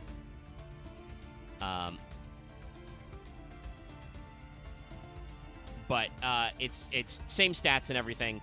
He just says, during your main phase, you can send a zombie monster from your deck to the graveyard. So he's just a way to enable Mizuki. And then if this card is sent to the graveyard, banish a zombie from your graveyard, except Gozuki, special summon a zombie from your hand. You can use each effect once per turn. You ever thought about just how, like, comic book muscly and, like, how large the hammer is, honestly? Yeah. Yeah. I mean, yeah, but like it's not out of the norm for Yu-Gi-Oh designs. It's not. It's not that out there. No, I just I just never noticed how far it went. Well, and you say, comic book muscly, which I think is true, but also like old 90s comics, yeah. These guys are absolutely like their card art is absolutely how they were drawn in the GX manga. Like this has to be the manga panel of them being summoned. So, 100%. Yeah. I don't even have to look at them. It's but I will anyway. My big memory of that panel, I think. Yeah, it's very much what's going on. But and I don't know why Gozuki was printed so much later. It is nice that they did kind of make them wombo combo. So like, if you just normal summon Goz, you can use him to bin Mez, and then he summons. Apparently, we are wrong.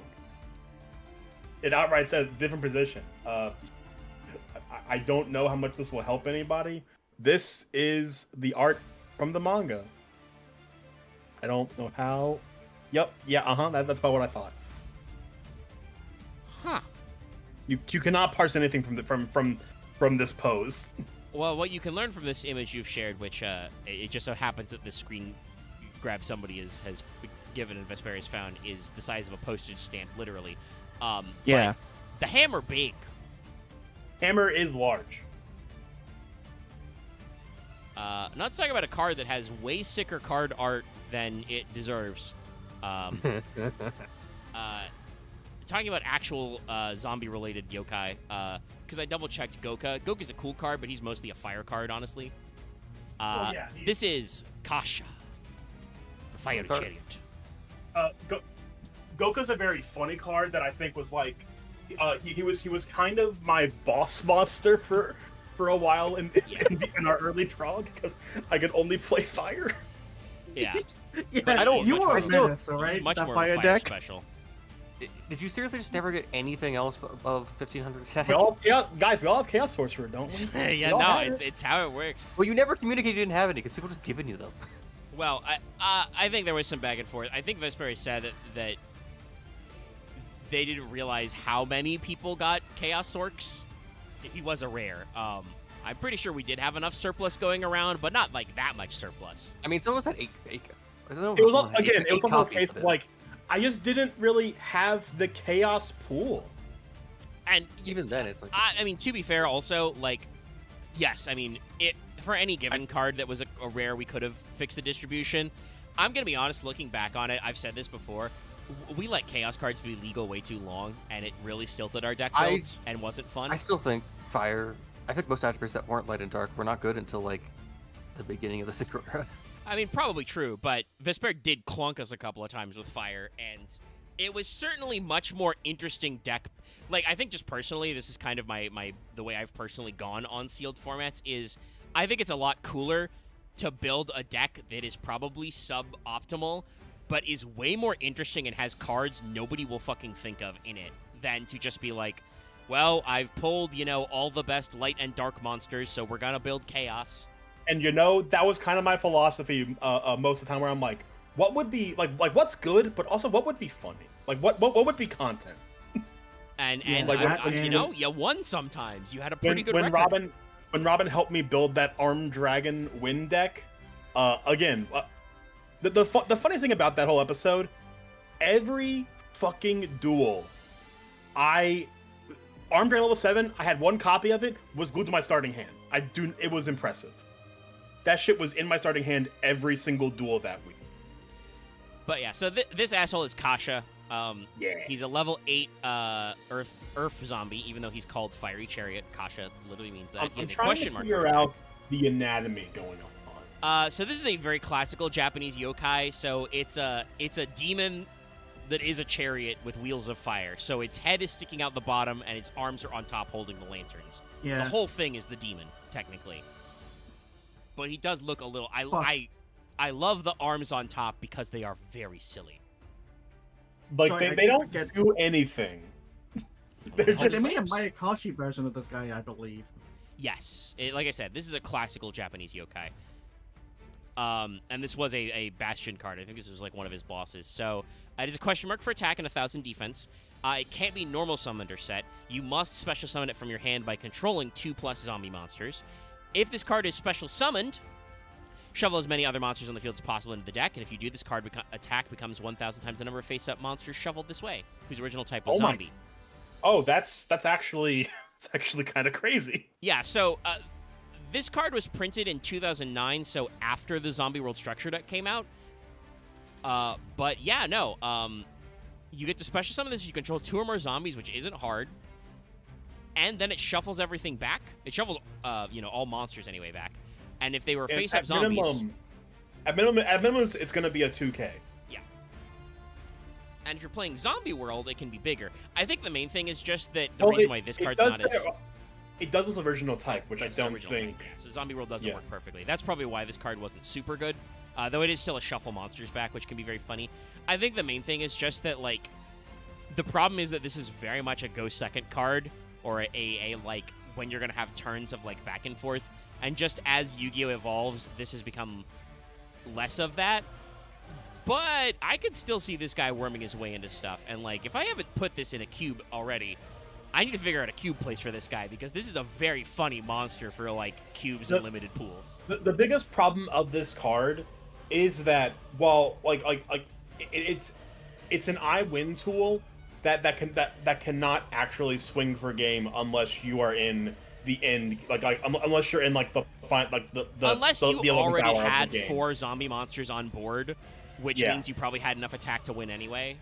I mean, I guess if your opponent has, like, really annoying, like, untargetable, indestructible guys, but it's just, again, it's just very comical. It'd be very funny to get somebody, but it's a little weird. And then our last one of the yokai I want to talk about, mostly just because I think it's relevant for our particular audience, is Shootin' Doji? Yeah, Shuten Doji, who has been a card like 4 times, I want to say. Like, there's there are 2. There Okay. are Shootin' Doji and the super heavy Shootin' Doji. Yeah, I feel like there might be a third that's spelled funny somewhere, but I'm not sure. Maybe I'm looking But at, like, I just looked up Shootin' Doji. Yeah.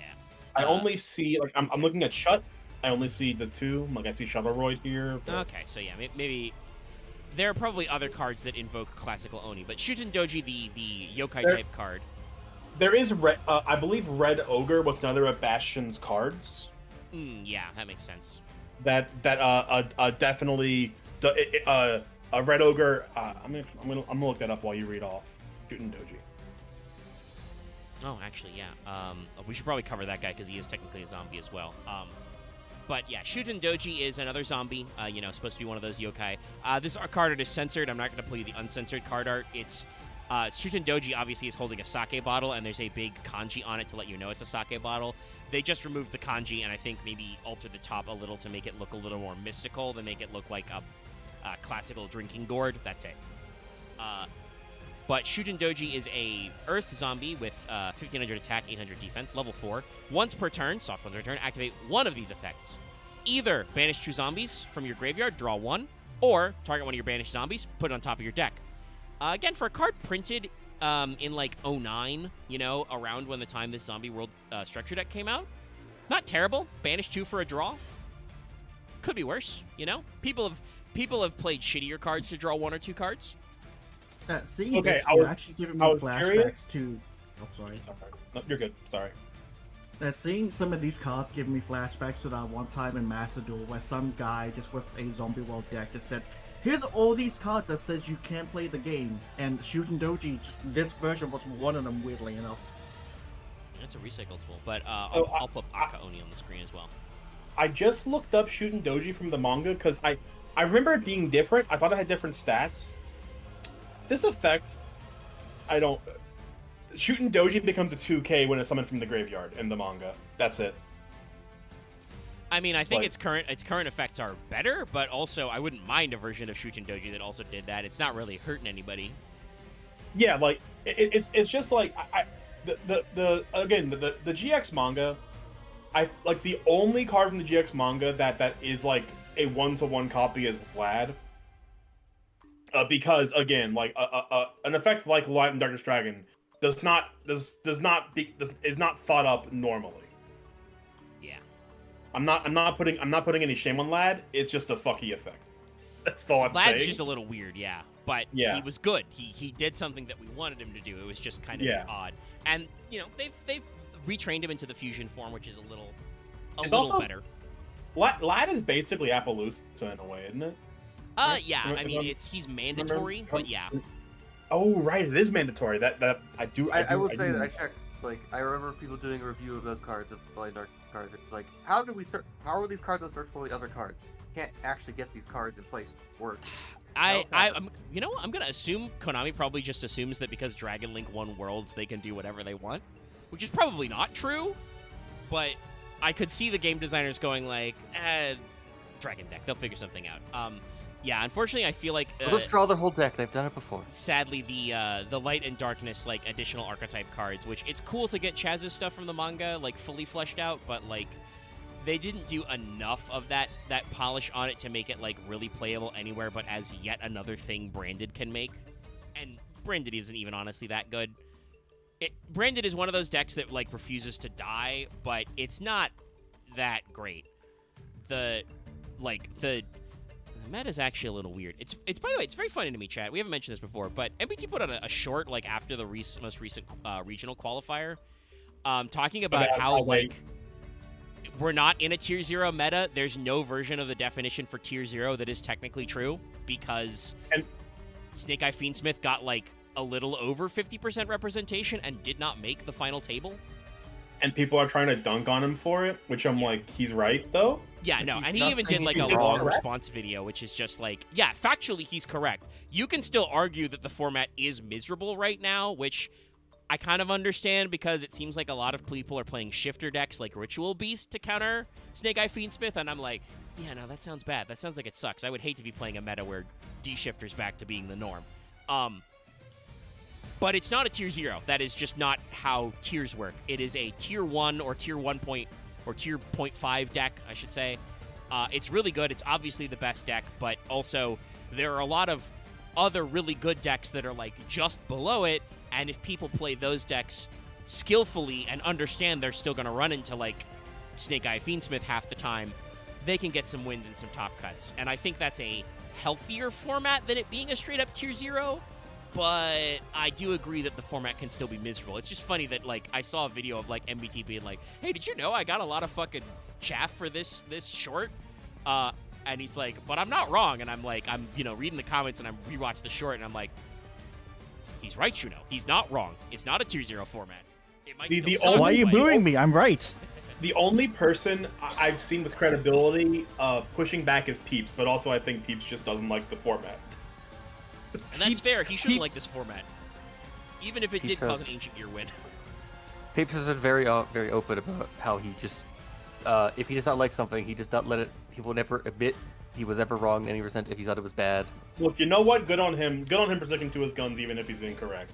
Yeah. I mean, I think that like, also, I because they do a podcast together, I know for a fact that Peeps and MBT, Peeps and Joseph are on a very direct, communication level. They feel comfortable enough to release a show on the internet where they talk about their real life experience. Actually, they don't. It's sometimes it varies. I mean, it depends, but usually they do talk about how, like, well, you know, in my relationship, like they accept their limited context. Talk to your partner. Yeah. Like, just communicate to your partner. You want the jar to be looser. Split bank accounts. Or my favorite piece of advice that I do agree with is hit the bricks. If you're in a bad relationship, get out of there. I know it's tough, but like sometimes just walk away. Yeah. You should. Some of you will not have the taste for Listen, MBT, they call MBT Danny, super annoying, and Peeps in a room talking about like interpersonal relationship shit. I love ironically, Council. Ironically, Peeps is usually the best guy there. It's like he's just being real and like. I mean, I think there are some times when Peeps admits that he's like he's got his hackles up too much to budge, but it's funny at least, and I have the good humor to stand with him. I also greatly appreciate that he is just chaos. I appreciate that Peeps is willing to say the thing that more people should say, which is that we should put Redditors in lockers. This man needs to be put in a locker to understand shame. Peeps is the master of Testina. He can do no wrong. He hates that deck so much. But he played it so good. Anyway, we've had Red Ogre on the screen for a while. He's a Red Ogre. We don't care about that. I should probably yes. I read him. He's just a he's just shitty DeLorean, I think. Yeah. I mean, for a card that came out in 2008, he's okay. He's a level 7 zombie with 2800 attack, which is pretty good for a 7. 2100 defense. His knuckle blade. He's got like weird toenails over like his hand knuckles. It's really weird. Yeah, I don't. He's got like 2 hands. Yeah, it is a little odd. He just says when this card is normal summon, send any number of cards from your hand to the graveyard. Target the same number of cards in the field. Return those to hand. The 28 beater, if you didn't already say it. So he's not bad stats. It's just and like again, like he's another one of those like old school wombo cards. Like how you're talking about Kasha. Yeah. But in reality, like we have progressed so far beyond that. You look at this card like, wow, this is. I mean, the main problem I think with Red Ogre with Akaoni here is he was power crept in a year. He was released in 2008. In 2009, we got Brianak, who is just this guy but better because he's an extra deck monster. We got all the Ice Barriers. So yeah, like this is a legitimate case where like back in the day, especially because zombies have a crazy number of ways to special summon. Like, you can put tributes on the board. I actually have Scapegoat in this list somewhere. Like, making tributes for a normal summon is not a problem, but the fact that this is a big bungus you have to normal summon when you can just play Synchro Monsters is, like, the extra deck changeover got some really advanced bullshit. But let's start talking about the Synchro setup. Yeah, it's the unfortunate timing of cards like this, where they were just released at the end of an era. Yeah. First, a card some of you have seen because this card is actually crazy good, like in certain synchro combos. Beast of the Pharaoh. Do not be mistaken, chat. This is a zombie. Oh yeah, this weird fucker. Who, by the way, his name in Japanese is Avatar of the Pharaoh. This is a fabled card. What are you talking about? It is kind of a fabled card. He reminds me of a ritual bird. Yes. If you didn't know, the ancient Egyptians did, for certain deities, practice the mummification of cattle and bulls, so this is probably what this is referencing. Honestly, for classic Yu-Gi-Oh vibes, something they've been able to summon up very regularly. This guy's from the Duelist Genesis, so he's right at that Dawn of Synchro. Very good classic Yu-Gi-Oh vibes for like 2, series themes in. Very big chongus.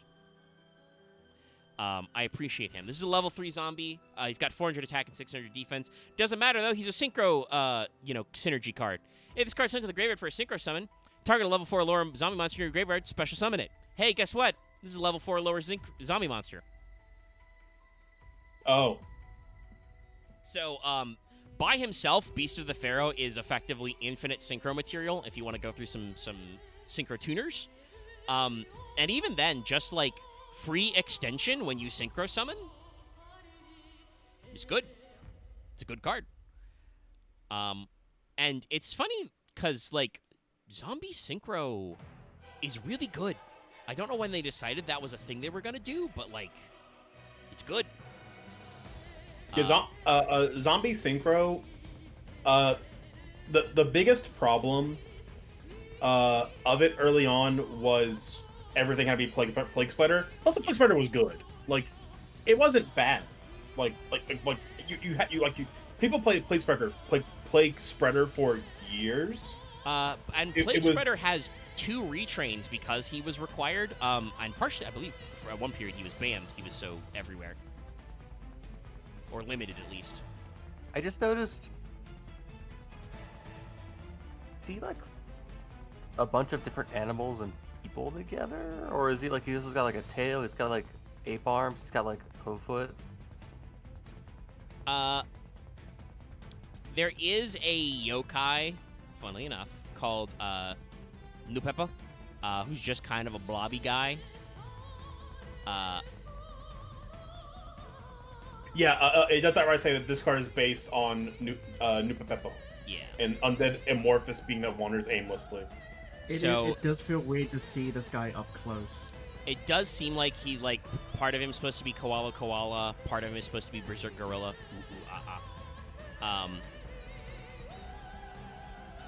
For a long time, all zombie synchros required plague spreader, so that's why he has retrains and stuff. It was the Summon Skull. It was Summon Skull Synchro, Hades, exactly and Doomkaiser. Yes, Doomkaiser Dragon, Archfiend Zombie Skull, and Revived King Hades. I've got them to pull up because they're an important part of this relationship. Though obviously they came out after the structure deck, but like we tried to be making Zombie Synchro a thing. Plague Spreader is probably one of those cards that you fucking know what it does, but in case you don't, he's a level 2 Dark Zombie tuner. He's got 400 attack and 200 defense. If this card's in your graveyard, put 1 card from your hand on top of the deck, special summon this card, but banish it when it leaves the field. So just stack your deck back, put a card back, summon Plague Spreader. Wow, I just read Archfiend Zombie Skull. Oh, that's unfortunate. Yeah. Its synchro requirements are quite unfortunate for what it is. Yeah. There's a few. We think of Zombie Synchro as like a powerhouse archetype in its own right now. It was a very rough when they first started introducing cards, but eventually it evened out to be a very strong strategy that is supported to this day. And it's a very fun deck, actually. Like, I've built, like, Zombie Synchro Shiranui hybrid decks and played them in Master Duel. Very fun stuff. To bust out, like, the Synchro Red Eyes zombies, Immortal Dragon, Skullfelgran, and shit. Very good stuff. But yeah, Plague Spreader is just a card that's just, like, effective as hell. You put him in your graveyard, and you can just put a card from your hand to the top of the deck to get him back, and then you have a tuner. Which is very important in the day. And he has 2 retrains. I'll put them up on screen both at the same time. 2 guys which count as Plague Spreader because of raisins. The first is Mad Mauler, who is name in the OCG is Mad Murder. And the second guy, because 1 wasn't enough, is Pain Painter. I'm not sure this is just a case of the Edo Pro render not accentuating it. Are his knives glowing in like the censored version to make them not look as dangerous? It almost feels like they either censored knives or he was meant to have like syringes. I mean, his knives in the OCG are also green, but yes, I think they made them glow more and gave them like a bigger glow to make them seem more cartoony, more toyetic, I guess. Not exactly sure. I almost tried to grab these images on my fucking OBS capture. That don't work. But yeah, they are censored, but his original knives are also just green in the OCG. It's weird. Yeah, because like I'm seeing that. I'm seeing that in. It's also just called Crazy Clown. I mean, that's probably just a ancient render. Yes, that is. That is, I think, just our friends at YGO.org, because Mad Mauler came out in 2022. Actually, it's a DeFi card. Oh, they probably said, oh, it's like Murder Circus, so it's gonna be like Crazy Clown. No, they kept the M alliteration and went Mad Mauler instead of Mad Murder. Not, YGO organization did guess correctly. They would not call it Mad Murder in the TCG, but crazy. I can't believe they wouldn't. So Pain Painter is they're both have the exact same stats as and stuff as 400, Plague 200. Spreader. Yeah, and they're dark level 2 zombie tuners. Pain Painter says that it becomes Plague Spreader zombie when it's on the field. Once per turn, target 2 zombie monsters you control except this card. They become level 2, and if they do, they can't be used as synchro material except for a zombie synchro. This is the only way you can summon Archfiend Zombie Skull, realistically, nowadays, honestly. And I think that's what he was designed to do. Now, admittedly, this guy was a fairly early retrain. He was released in 2011 in Generation Force, but I think they realized yeah. They realized pretty early that making synchros requires very specific material is bad. It didn't work for fusions either. And like I said, I'm pretty sure at the very least Plague Spreader was limited at some point, if not outright banned, which would have... It definitely was, because that effect of summon is not at all a once per turn. Yeah. There's no once per turn on that shit. Well, it banishes, but like it's... Hey, like guess you can what was still get printed around it. brand new in the Zombie World structure deck? Imperial Iron Wall. Oh! Literally printed in the structure deck first. So, I understand why they may have thought to limit or remove Plague Spreader. We want to do this. Because it's not a wombo combo that is 100% intentional, but it's very easy to set up if you're playing Zombie Synchro. So, yeah, they made Pain Painter to kind of follow up. Mauler is another attempt at a retrain that's much newer. Like I said, it came out in Dimension Force in 2022, so a couple years ago. His name becomes Plague Spreader Zombie while in the field or in the graveyard. If it's in your graveyard, target a level 6 or higher monster you control, reduce its level by 2 if you do special summon this card.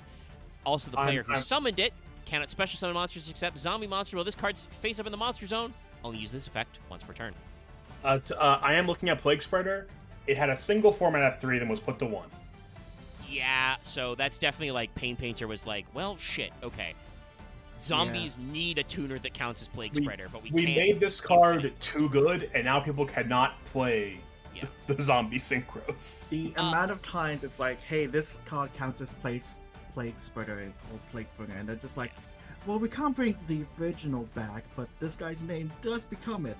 Yeah, and I think Mad Mauler is a pretty decent attempt to do that. It's got a weird, like, funny pseudo floodgate effect, like, because it's target,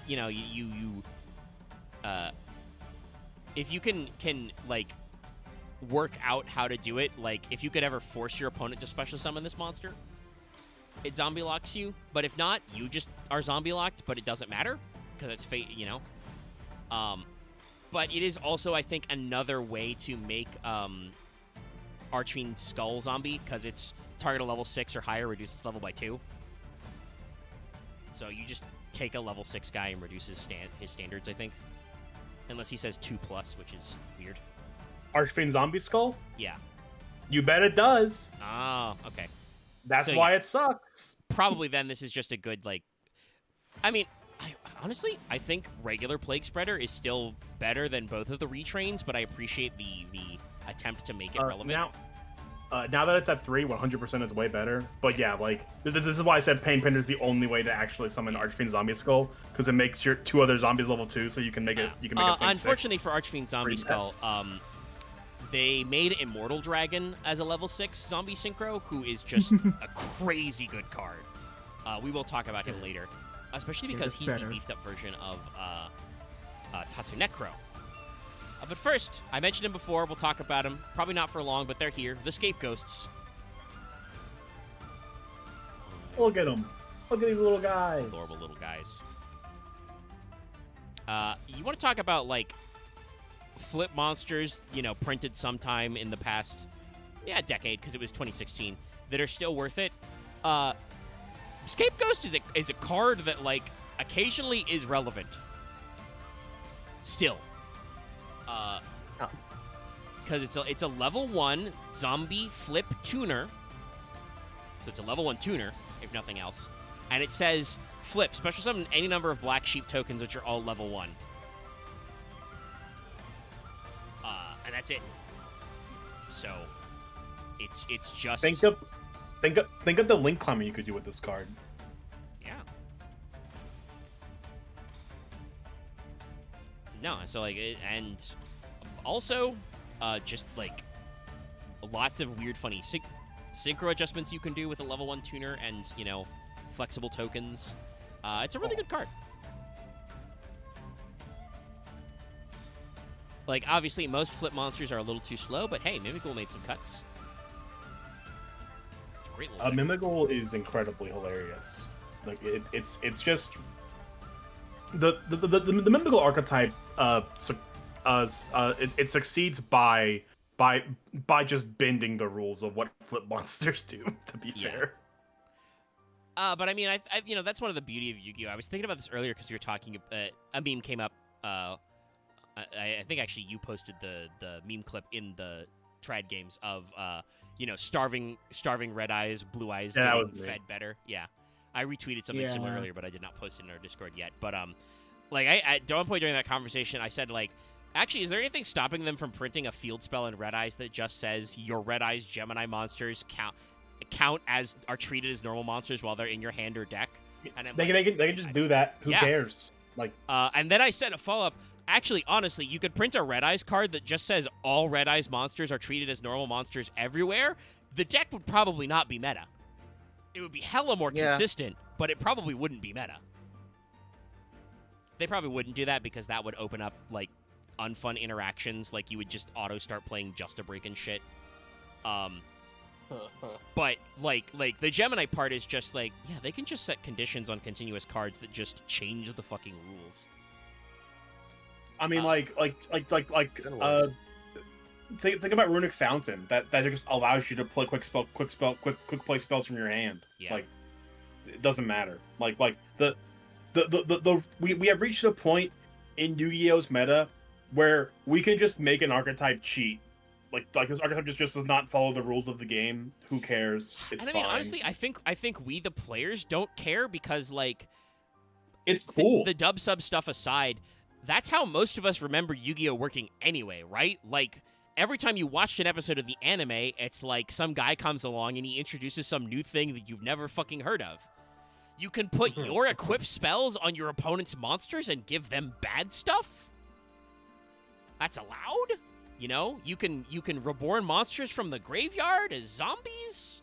Like, the show, even when they were trying to conform to a more consistent rule set, was full of new shit.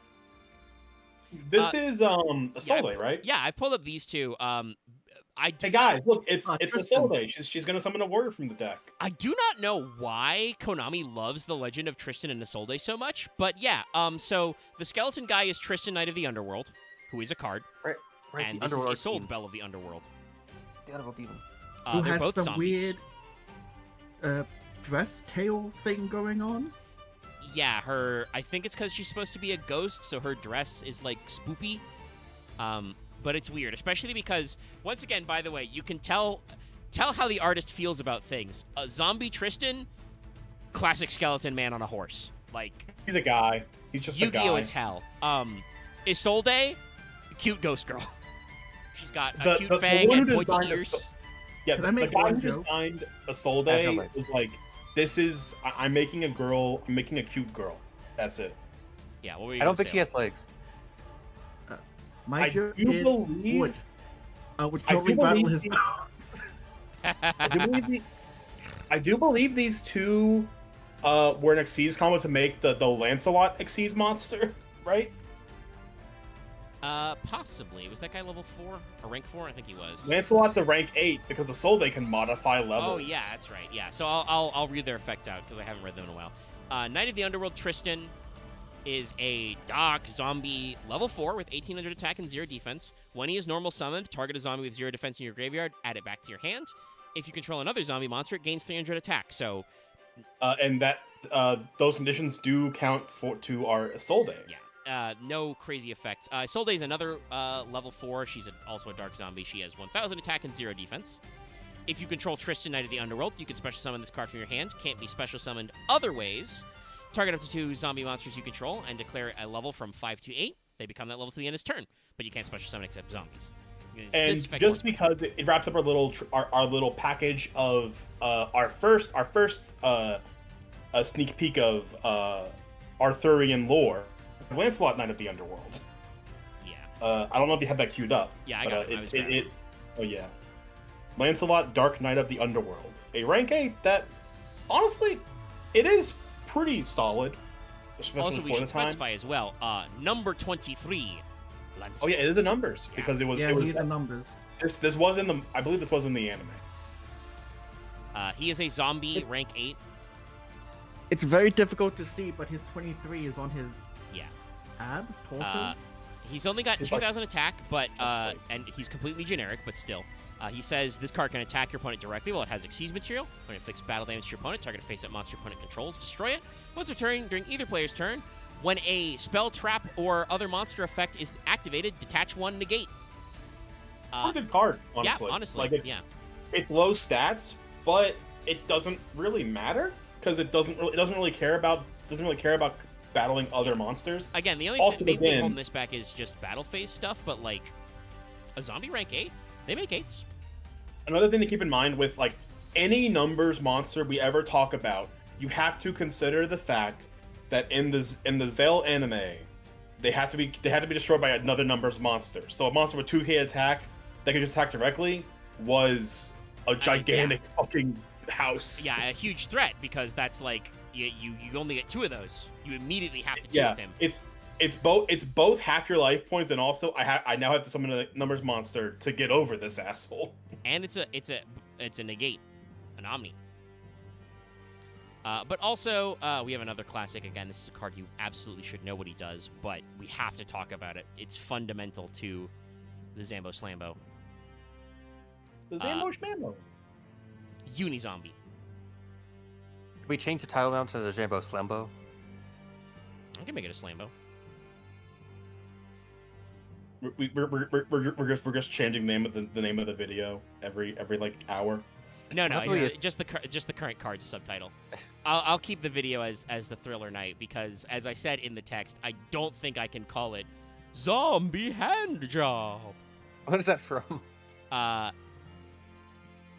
Technically, it's about NSP Ninja Sex Party, but I think they've only talked about that song on Game Grumps. It's the name of a song that Danny Sexbang really wants to make, but also, like, I don't think they could come up with the lyrics for a while, because they have the punchline, they don't know what the rest of the song is. And I still don't know if they've actually made it or not. Let me check. But it's I'll look it up and regret it. It's like one of those jokes that they've had for a while. I'm looking this up on a private window. Just because. Probably a good idea, yes. But yeah. Farscape.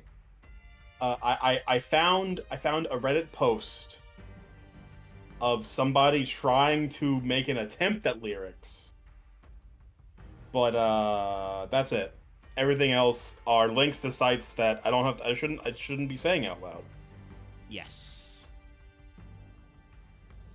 But yeah, so it's just like a joke that I think has been around a couple of times, and it's stuck with me for a while. But Unizombie here, and yes, technically censored, because in the original OCG art they have more of that drunk blush going on, because they're clearly smashed at karaoke.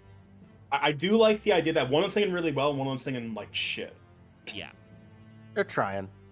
But Unizombie is a level 3 Doc zombie tuner. Classic stuff. This guy is a staple in every zombie deck ever since its existence. Yes. It has 1300 attack and 0 defense, so roughly the same stats as their original normal version. First effect, target one face-up monster in the field, discard a card, increase that target's level by 1. You can target one face-up monster on the field. Monsters you control can't tap for the rest of this turn except zombies. Send a zombie from your deck to the graveyard. If you do, increase that target's level by 1. So obviously this is level fixing for Synchro. He himself is a tuner. But also this just puts shit in your graveyard. Discard from hand. Send from deck. And we mentioned the Mez, so it's a really easy 2. Summon Unizombie. Target Unizombie. Put Mezuki in graveyard. Banish Mezuki for another guy we've already put in graveyard because we started with Foolish Burial or something. God help you, if your opponent has a guy on board, you can just be like, hey, target your monster, increases level by 1, discard a zombie. Like, crazy good stuff. Like, Unizombie is a staple for a reason. It is good to this day. He's been reprinted a few times, but like just such a house for just a funny little guy. Well, let's actually talk about those synchros, which are of various levels of good.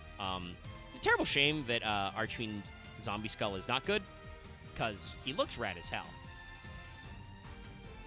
Look how sick this guy is, chat. Yeah, this guy! So it's very clearly Summon Skull, but in, like, the like, you know, late 2000s art style rather than the early 2000s art style. And his weird muscle fiber body is, like, melting into, like, worms. It's I guess I'd put this. It's like a... It's like an RE4 version of Summon Skull. Yeah, I could see that going for that bio-horror. Like Alien. Yeah, I see that. I also think with the way kind of this coloration and shading is, this is like the version of Summon Skull that shows up on like a cool comic books cover as opposed to like his normal line art. Like, it's looking close, but he's doing kind of an action shot. But he's in the zombie world right now. You can see the weird trees and the bone stuff behind him. I would say living his best life, but he clearly isn't. Unfortunately, this card is a little too much of a pain in the ass to summon. I just imaged the most janky ass cheesy 2001 CGI cutscene of this guy. Could probably see in a Parasite Eve opening cutscene. Parasite Eve or Resident Evil 0. So, like, honestly, I'm pretty sure because it was 2009, Konami was afraid to make this guy too easy to summon. We were still experimenting. He's a level 6 Dark Zombie Synchro. He has the same stats as Summon Skull, so he's 25, 1200, which is pretty good for a 6. But he requires Plagues and 2 non-tuner zombies, 2+ non-tuner zombies. So, a little rough. But his effect is zombie monsters you control can't be destroyed by card effect. So, like, that's really good. That's a good effect. The fact that he needs 3 mats to make, like, well, he's sure not fucking Trishula. You know? So, yeah, it's a really odd place where, like, if this guy was easier to summon, he'd be worth it. But I think that even now, like, when it is easier, like, we brought it up, Pain Painter is literally designed so that you can make this guy easier. It's not worth it. For just a blanket protection, you can make so much better cards.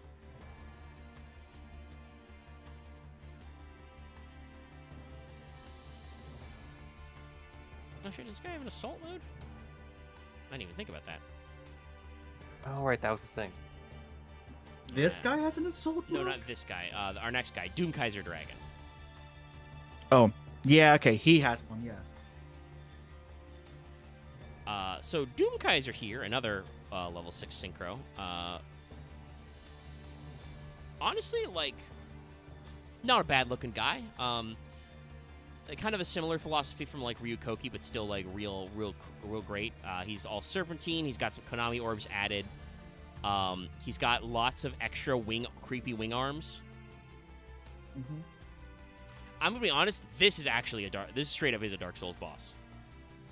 Yes. A weird zombie dragon with extra arms. Like, I'm just imagining him like crawling towards you. Yeah, it's kind of like Gaping Dragon. I'm imagining him like crawling towards you with like his weird lower scythe arms down there and just like wildly trying to poke you, right? And you're just like, shit, where the fuck do I go? I fondly remember seeing Gaping Dragon for the first time, seeing its tiny little head appear. It's like, oh, look at that. And then you go, oh, no. Pretty much like that thing. Doom Kaiser is a fire zombie synchro, 2400, 1500. Plague Spreader and 1 or more non-tuner zombies. When this card is special summoned, target a zombie monster in your opponent's graveyard, special summon it to your field in attack position, but destroy it when it leaves the field. This is obviously, I believe, just after they released the Zombie World Synchro or Structure deck, so pretty alright line.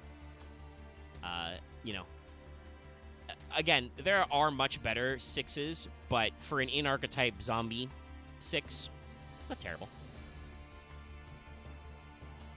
and now we just have to show it because it's like assault modes are so funny. Here he is in assault mode.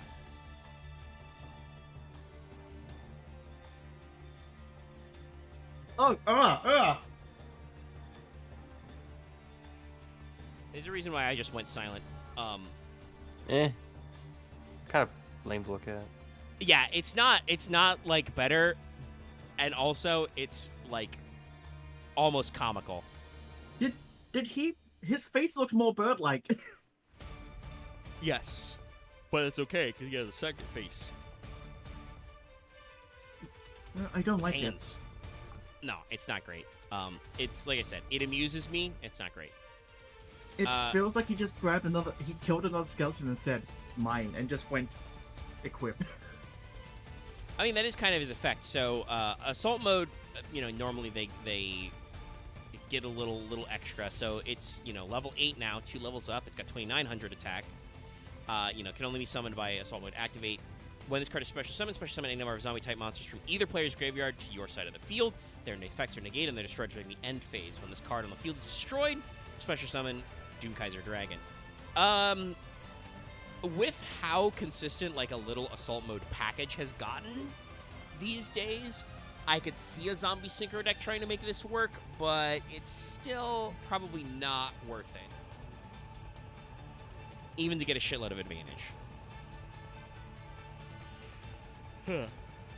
But it is funny. Sorry, I'm getting a little yawny. Let's do Revive King Hades, and then I will, before we do the modern stuff like Balderrock, I will run away for a second, refill my bottle of water.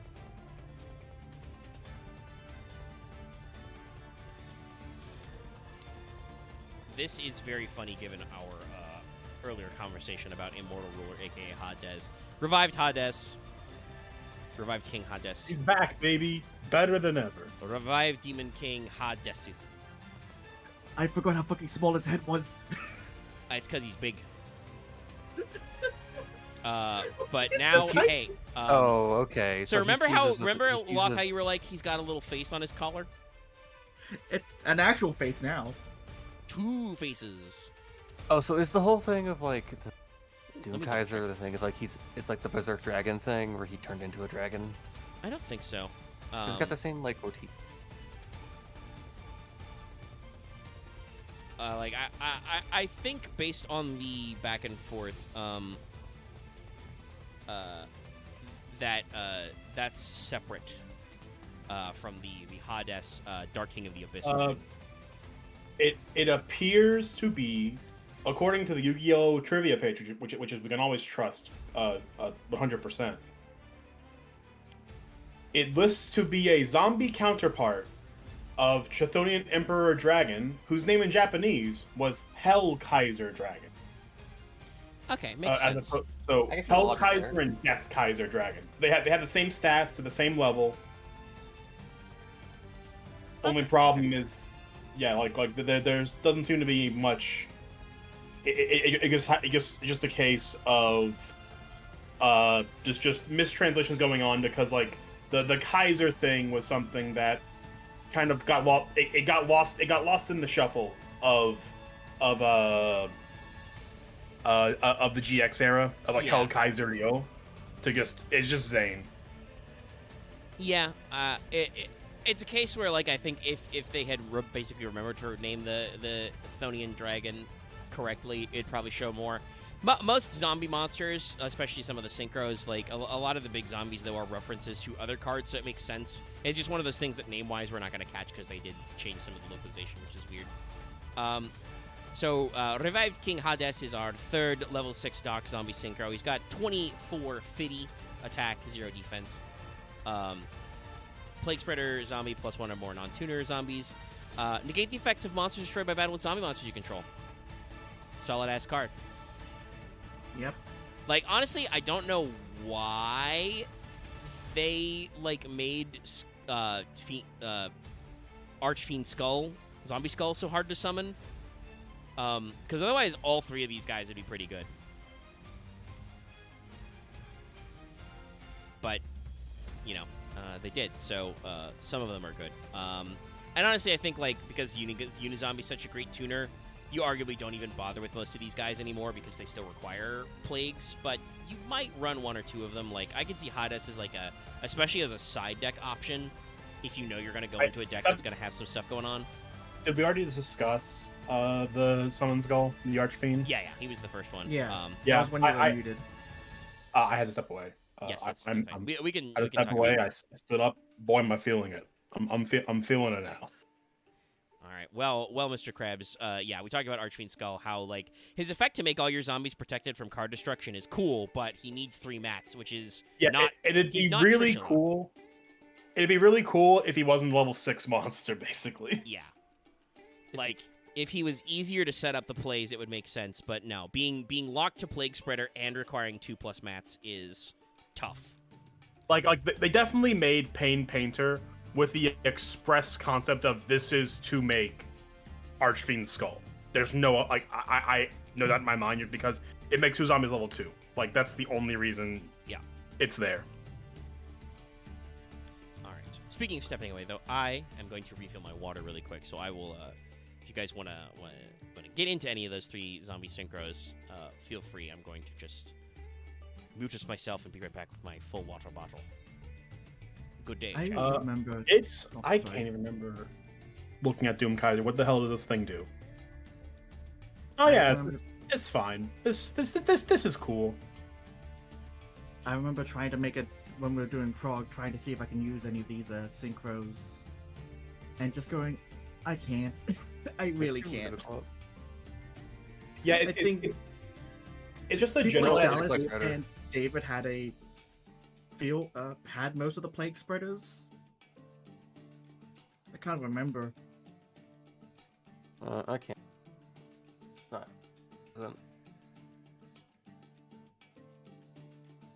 You good over there, Axe? I'm fine. You just kind of went into a mumble thing, so we didn't hear what you. I'm sorry. I said directly into my mic. Yeah, no. The trio of Plague Spreader goons. I mean, like I said a few times already, Archfiend Zombie Skull. He is ass because of his his requirements. If he was just like the other two, he would probably have been insane, which is why they put the condition on him. But the switch of, I guess, granted, it's 2+, so you can technically do like a Plague Spreader and 4 Ghost tokens if you really wanted to. Like, can you imagine if it was if he was fucking generic? I mean, not like if he was generic and 2+, and 2+ zombies, like if you just made him 1 zombie tuner and 2+ non-tuner zombie monsters, Unizombie would have made this card go crazy. To be fair, Yeah.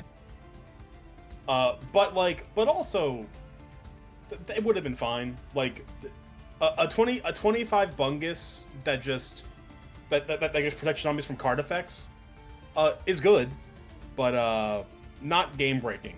It's 2500. You can swing over that fairly consistent, fairly easily in the synchro era. Yeah, I'm back. So now let me grab the card art. You missed me talking about the possibility of summoning Archfiend Zombie Skull with a Plague Spreader and 4 Scapegoat tokens. Yeah, actually, I just put my headset back on as you said that, so I heard it. Yeah, no, I mean, you could do that, but yeah, it's like, it's a card that, like, probably would have been pretty strong if you could just make him with Unizombie, but also, he just protects from card destruction, so, like, you could have run him over. Oh, this guy's not like at all. The one, like, the only thing, like if you just make it Zombie Tuner, like Zombie Tuner and 2+ non-tuner zombies is still pretty easily doable, even if it's level 6. It's the Plague Spreader that fucks everything up. No, it's him. Yes, so Konami does this thing, which I do appreciate, speaking of them remembering old shit, where roughly every 10 years, they, remember that structure decks existed and redo them. So they redid the Zombie World structure deck as the Zombie Horde structure deck, And this was one of the big bunglers who was a part of that. And I think really made the modern zombie world deck pop. Yeah. Among several other support cards we will be talking about. This is Doom King Balderok. Ballardrock. We haven't really talked about designs too much this episode. This is a guy who, in the same vein of like the Memento boss monster, definitely too much going on in this design, but he still has that aura. He just looks cool despite having too much going on. Yeah, actually, yeah. While you were stepped away, I think you also missed that we talked about the assault mode of Doom Kaiser, who added a skull and hands to his chest, which was not great. This is honestly like that idea, but better, because he does have a skull on his face, but it's a really weird, fucked up dragon skull on his chest, and his face is like a weird, back-horned, three-eyed skull, and he has skulls for shoulder. Like, it all flows together. His weird snake tail also has a mouth. It's a lot to process, but it is not overloading. Yeah.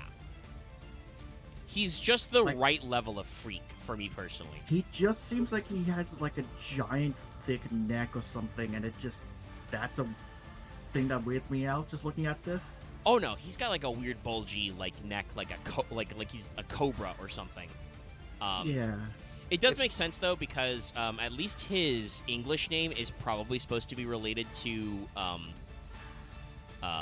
Balor, King of the Fomorians, who are occasionally described as being, kind of ugly and fucked up. I mean, I love Finn Balor. I do not know what the flying fuck his OCG name is supposed to be referencing.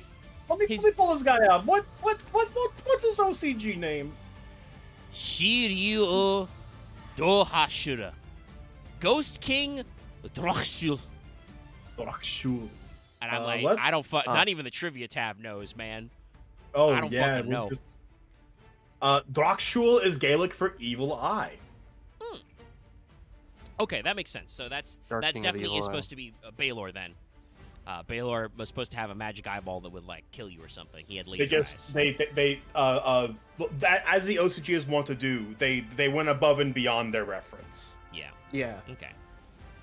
For the longest time, I didn't know his name was Ballardrock. I always thought his name was Balderok.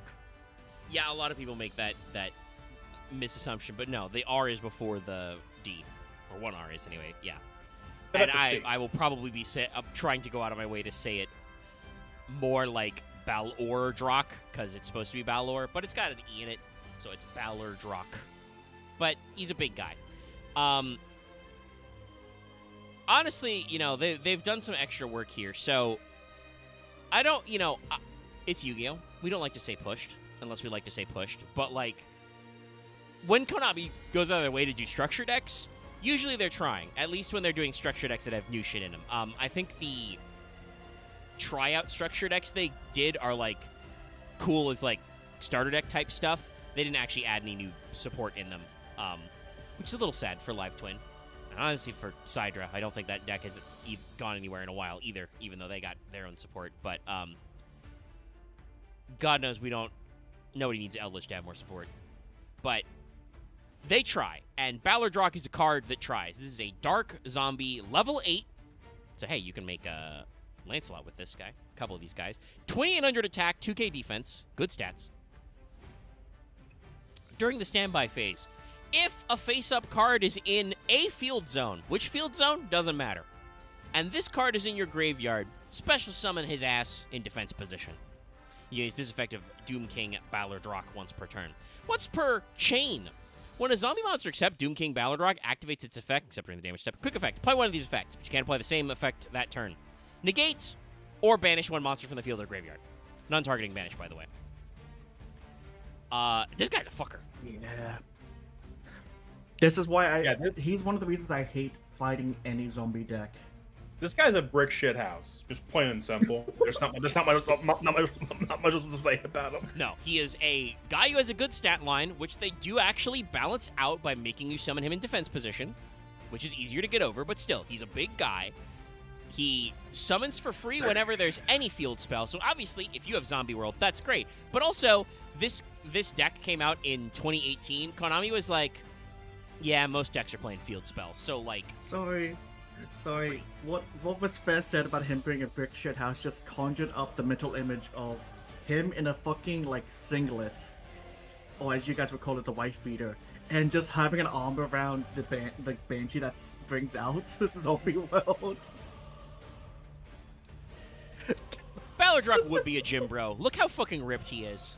Yeah, he has like a 16-pack. See him doing the biggest reps, and you'd be like, okay, never mind. He feels like a combination of like 8 different zombie monsters. Yeah. And the fun part is, by the way, this guy, he doesn't win his fight. He gets into a tussle with the zombie Red Eyes, and canonically, as far as we can tell, loses. Red Eyes Necrolord, like, eats him, which is why it's an even bigger monster. Look, Red Eyes is a peak. What can we say? It's so funny to me that, like, the zombie version of Red Eyes is arguably better treated than regular Red Eyes because the Synchro Red Eyes zombies are, like, really good. They're a great part of this deck. Oh yeah, like all the zombie Red Eyes monsters are kind of like even the old one is still pretty insane in modern zombie decks. For when it was printed, just regular Red Eyes Zombie Dragon was pretty good. And then, you know, they made the Synchro versions, which are, like, real good, because they're zombies. But yeah, Ballardrock is just, like... He's a monster negate for zombie monsters, which obviously you're ideally, because of the field spell requirement, are playing this with Zombie World, so everybody is a zombie. And so you're going through, like, all that stuff, and... Nah, it's a very, very solid, setup to what they've got going on. Or if you don't need a negate, he's just a free non-targeting banish, and he always be coming back. Like, you can only summon once per turn with his special summon effect, but like your opponent has to try very hard to get rid of him because it's just during the standby phase. He's and just also coming back. He can just come back. Yeah, because he just has to be. He just has to be in the graveyard. Yeah, and there has to be a face-up card in a field zone.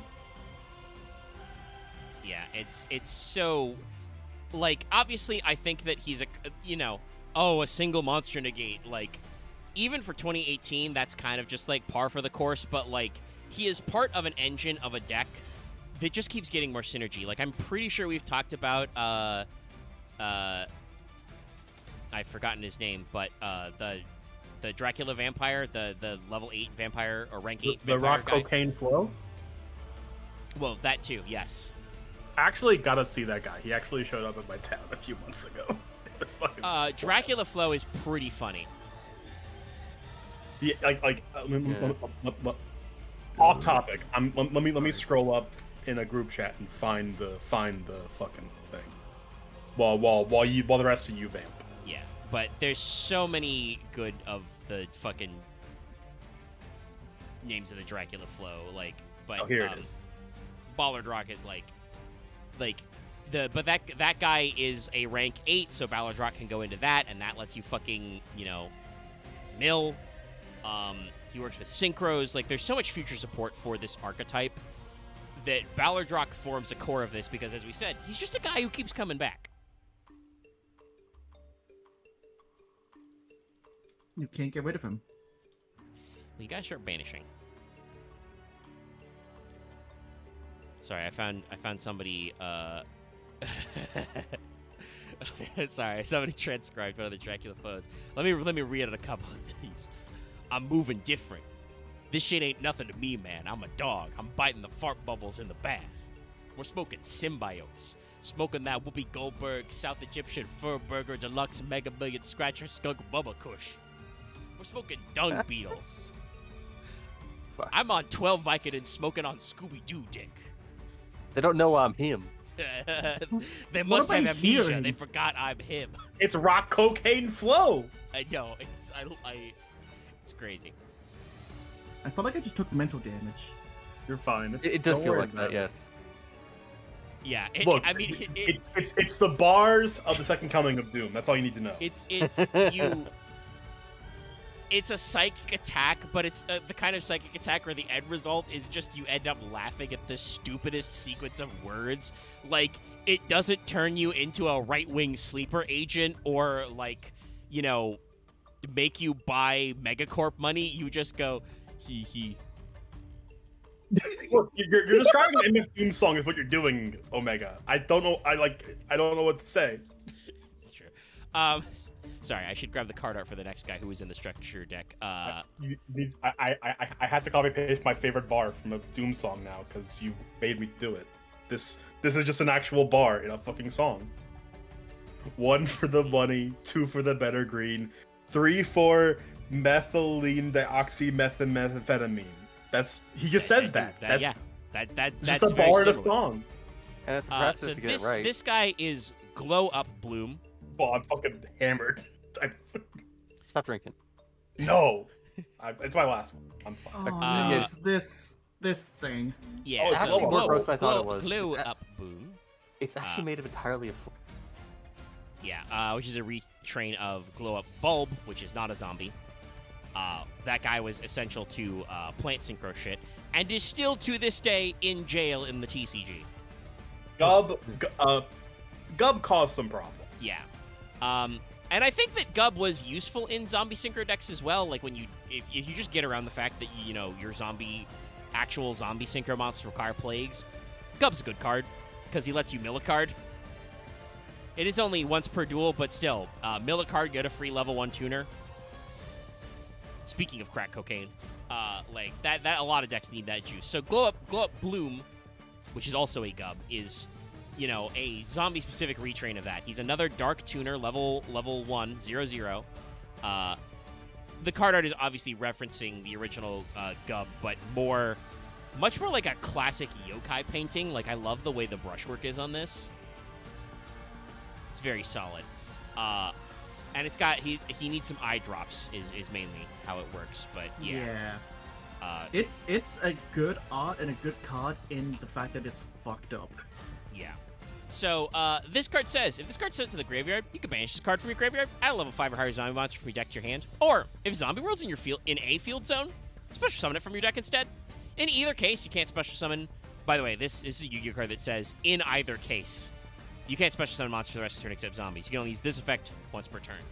So, it's a level 1 tuner. That means it's a viable target for 1/1 and a couple of other tricks with tuners. Level 1 tuners are still great anyway. Zombies have a million ways to special summon.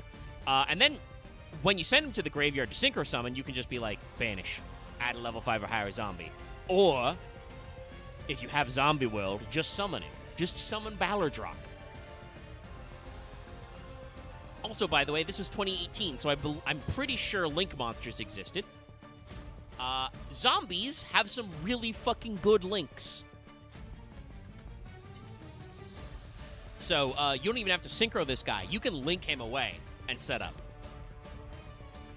Like, again, the new Gub, crazy good card. Probably not as busted as the old Gub, but, like, solid. Just a piece of the engine. Our next one, in our, once again, in our, this is just a woman card zone. It's Necromold Banshee. Pretty important card. It's an honorary ghost girl, I would say. I mean, yeah, basically, she's got the same aesthetics. It's a ghost woman. She's got pointy ears, you know, like that, but she's very sad. She has big teary eyes that you can see now that she's up close, and she appears to be sitting in a sad pond. Or she's got a jacuzzi full of wine, and that's why she's so sad. But yeah, Necromold Banshee. She kind of bunch. Again, you should probably know what this card does if you've ever seen a zombie deck. But in case you don't, maybe you missed her. She is, you know, from 2018. Some people quit Yu-Gi-Oh! During that year. It's another level 4 Dark Zombie. We've got that stat line on lock. She's an 1800 and a 200. Zombie World in the field zone can't be destroyed by card effects. Neither player can target with card effects. So she's just field barrier for only Zombie World. Quick, banish this card from your field or graveyard. Activate Zombie World directly from your hand or deck. I'm not sure why exactly you need it from hand, other than if you can do it on your opponent's turn. But still, very, very funny. And I believe because it's activate from deck, this can't be ashed. I do not think Ash works that way. If Necro is activating from deck, correct?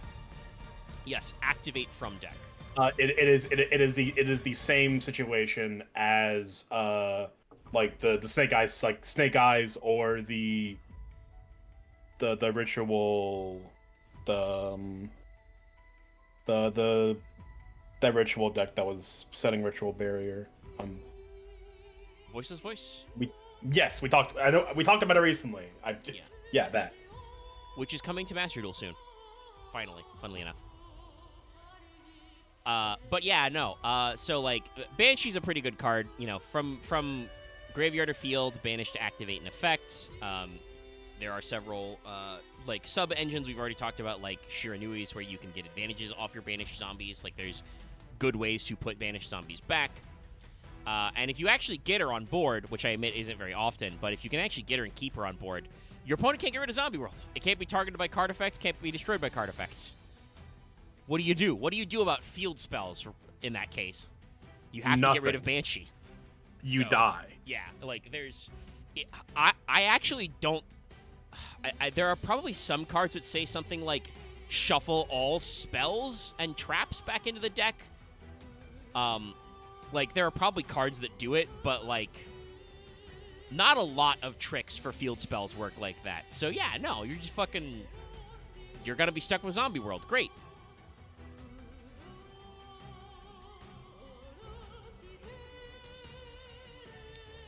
Put another little one. Some of you may be surprised to know that this card came out in that 2018 structure deck, but it's Tatsu Necro. This card is adorable. Oh, Tatsunoko! I didn't know that was a thing. I do. I've never seen this card art blown up. I love the fish bones. Yeah, I'm about to say this card is very cute. Like he's out there. And actually, let me for direct comparison. Let me pull up Tatsunoko.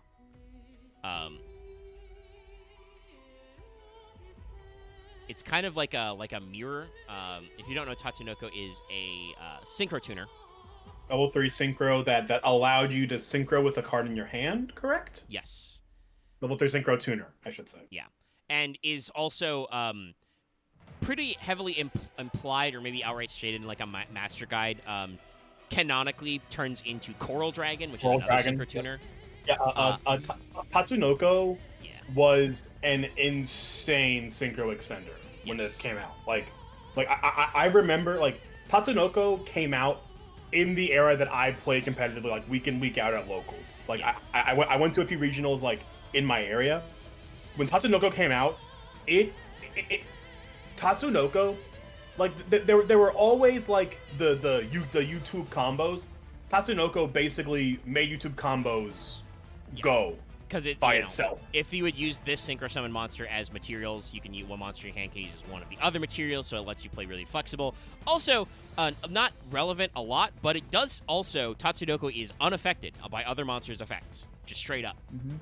So it's pretty funny. So they made a zombie version of that, Tatsu Necro. You know, very similar card art, but we've got the little cute little fish bones, and it's, you know, kind of got that pinkish, purpley, reddish color. He's more spiky. And it basically has it's essentially has the same situation as Tatsunoko, even has the flip stats. I'm reading it. Yeah. I'm noticing. Yeah, they're opposite. Where if this normal summoned / set monster be used as synchro material, one monster hand can be used as one of the other materials, but all materials are banished if you do that. Yes. But hey, guess what? Remember I mentioned Shiranui's earlier? They love that shit. Yeah. Yeah, Tatsu Necro went crazy in Shiranui.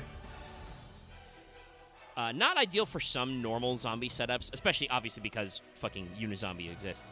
But still, like, plenty of clever plays you can do, and there are ways to recycle banishment, and just again, a funny little callback. They did not have to make a zombie retrain of Tatsunoko, but they did, and it's great. Loth, what did you have to go? Hmm? Was you saying something? Because I'm going to pull up some spell traps real quick.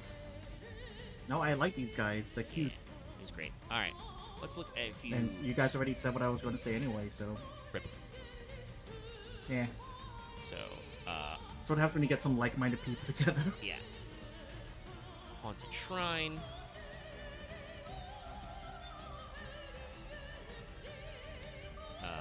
This next one's actually very important. Return of the Zombies. Many Holy of our shit, friends are in Jesus. there. And can I cram more of these on screen? I can at least cram a third one. Is that Goblin Zombie in the forefront of that? A Return of Card the on the Zombies, right? probably.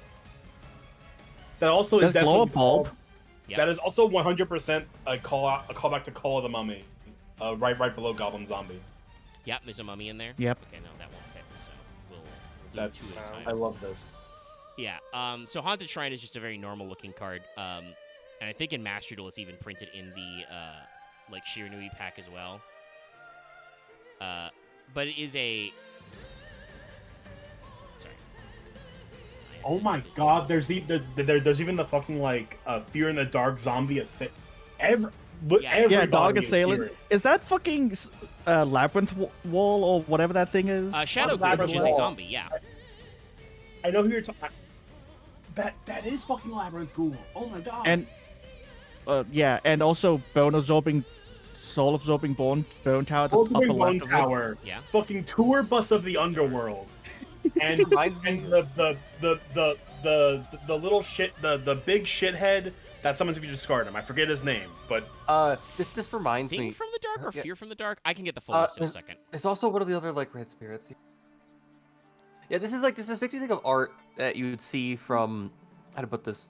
You know, like that artist that does a fan art of like the Dragon Maids and the Labyrinth Lady. It feels like this Yeah. shit, where they made the joke about like Laundry Dragon Maid and Eldritch and shit. Like this feels like something they. Oh draw. yeah.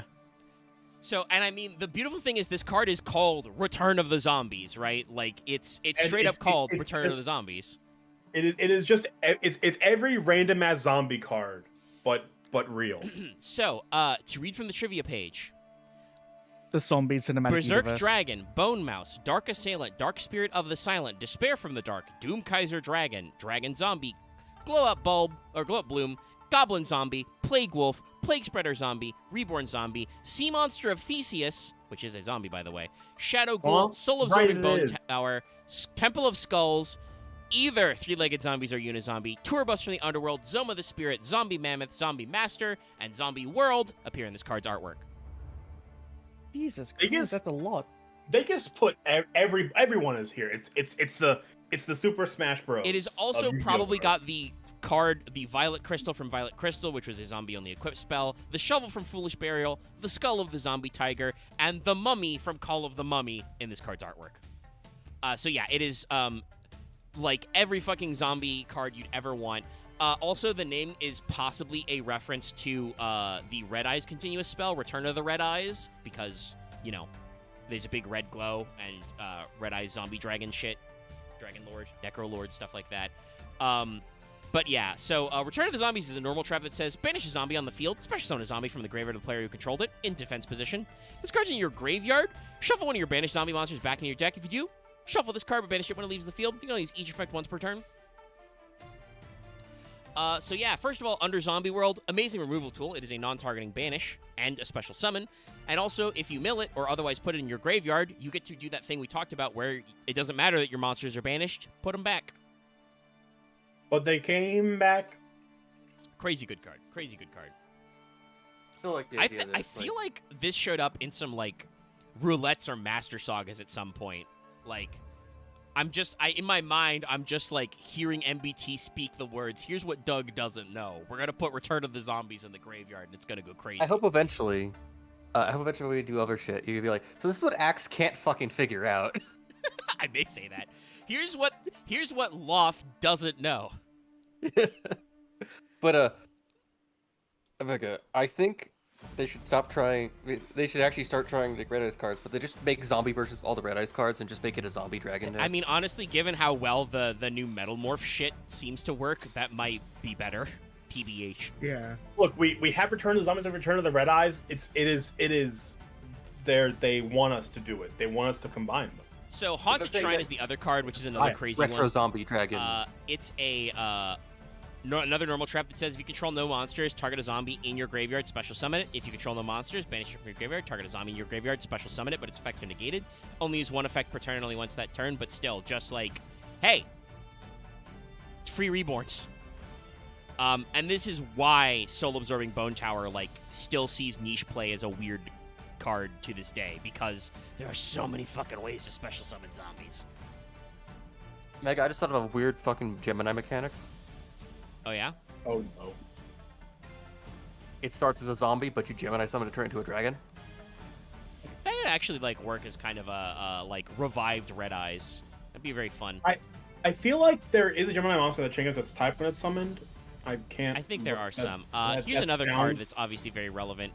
This card is called Soul Levy. He's absorbing his bone. He's awakening. He's releasing the tower. Guess what? This is 3 more copies of Soul Absorbing Bone Tower. Well, not really, because you can only control 1 Soul Levy. But Soul Levy is a continuous trap card that says you can control 1 Soul Levy. Each time your opponent special summons a monster, send the top 3 cards of your opponent's deck to the graveyard. Oh, it's a yeah. You know what the best part about this card is? His tail is so excited. Yeah, I mean, I just love the way he's pointing up with his finger. He's like, "This is my bone tower," and the tail's like, "That's right, this is the bone tower." You have to acknowledge that giant bone tower. I think you also you play this and then Bone Tower, and then it's if you opponent monster is sent to grave or if your cards are sent to grave. I don't remember. There's a card like that, but No, what is Bone Tower? What color's effect? Bone Tower is when a zombie monster special summon mill 2. Soul Levy is when your opponent special summons a monster mill 3. So, can you, I guess, play both and then just mill your opponent so that they special summon more than once they die? Yeah, basically. You just keep scraping. So let's also talk about, there are a few more spells and traps that are in here. This first one, card art, is Zombie Necronize. Mm-hmm.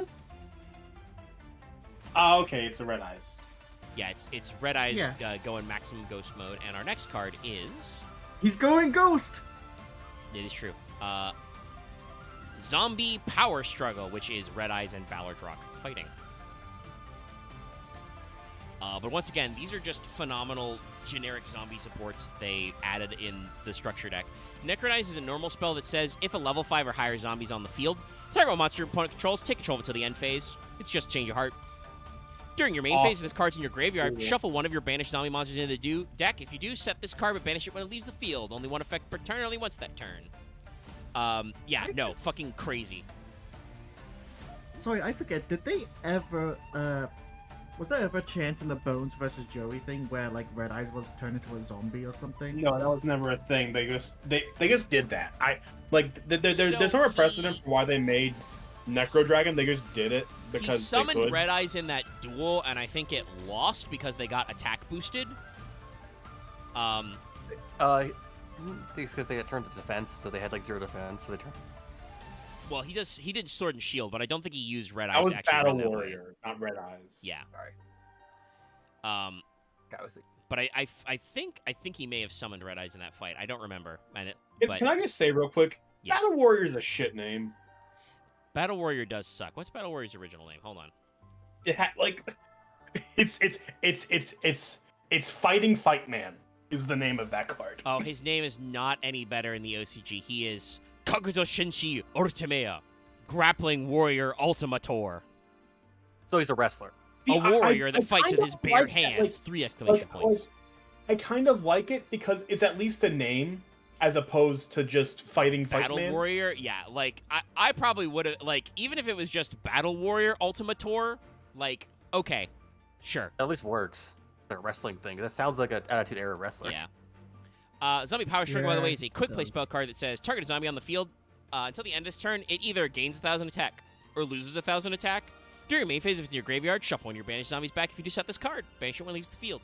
So, again, speaking about, like, okay, so, you know, Tatsu Necro, it banishes your guys. All of your new spell traps recycle banished monsters. I also think they're supposed to combo with, what's-her-face, Necro World Banshee as well. That way. Like, Oh, your zombies are banished? Doesn't matter. That lets you literally reset your spell traps. Which are all, like, really good. Necronize is a change of heart. Return of the Zombies is just 2 monster reborns. Power Struggle is a, quick play 1,000 attack gain, or lose 1,000 attack for your opponent's monsters, because they're probably zombies, because you're playing It's a battle Zombie World. trick. It's a little goofy. Which, again, quick plays for 1,000 attack, not terrible. Especially when you want to put it in your graveyard anyway. You just want to attack it or activate it for funds. Released in titanically different eras, but like most recklessly, reinforcements, castle walls, like 500. While it was not by any means meta, people still played those cards because like battle tricks did matter. It can still matter a long time ago. Yeah. And then it's weird how like 400 things that get 400 or 500 attack now matters because like most times you're hitting things at 3k against 3k, so like 300 or 400 can matter because that if your base stats are high enough, that lets you like jump over like a 2k or a 3k. It's mainly a case of stats having been homogenized, like a benchmark stats have been homogenized to they have found the sauce of like your main starter should be an 1800 like searcher, 1800 tutor.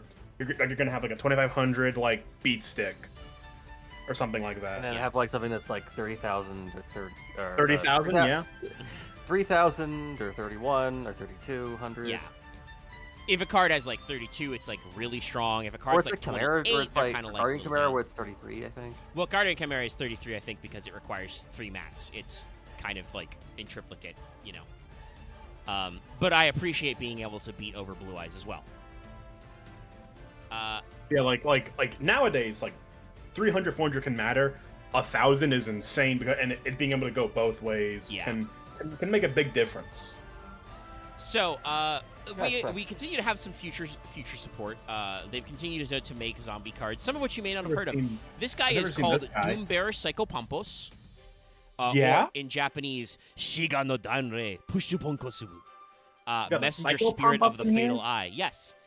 This is a level 2 Earth zombie tuner with 0/0. Also, the last thing you want in your zombie synchro deck. Also, like he's a fun little guy. Look at him floating there. He's got like a little baby. He's chilling. He's sucking up all them souls. Mm-hmm. Collect them and put them in the divine spinal column of the zombie world. If this card is special summoned, apply this effect based on whether your opponent has more monsters in their graveyard or spells and traps. If they have if they have more monsters, banish this card, and if you do, your opponent banishes 1 monster from their graveyard. If they have more spell traps, send this card to the graveyard. If you do, your opponent sends 1 monster they control to the graveyard. During the end phase of the next turn after this card was banished, you can special summon this banished card. Do you want them to have...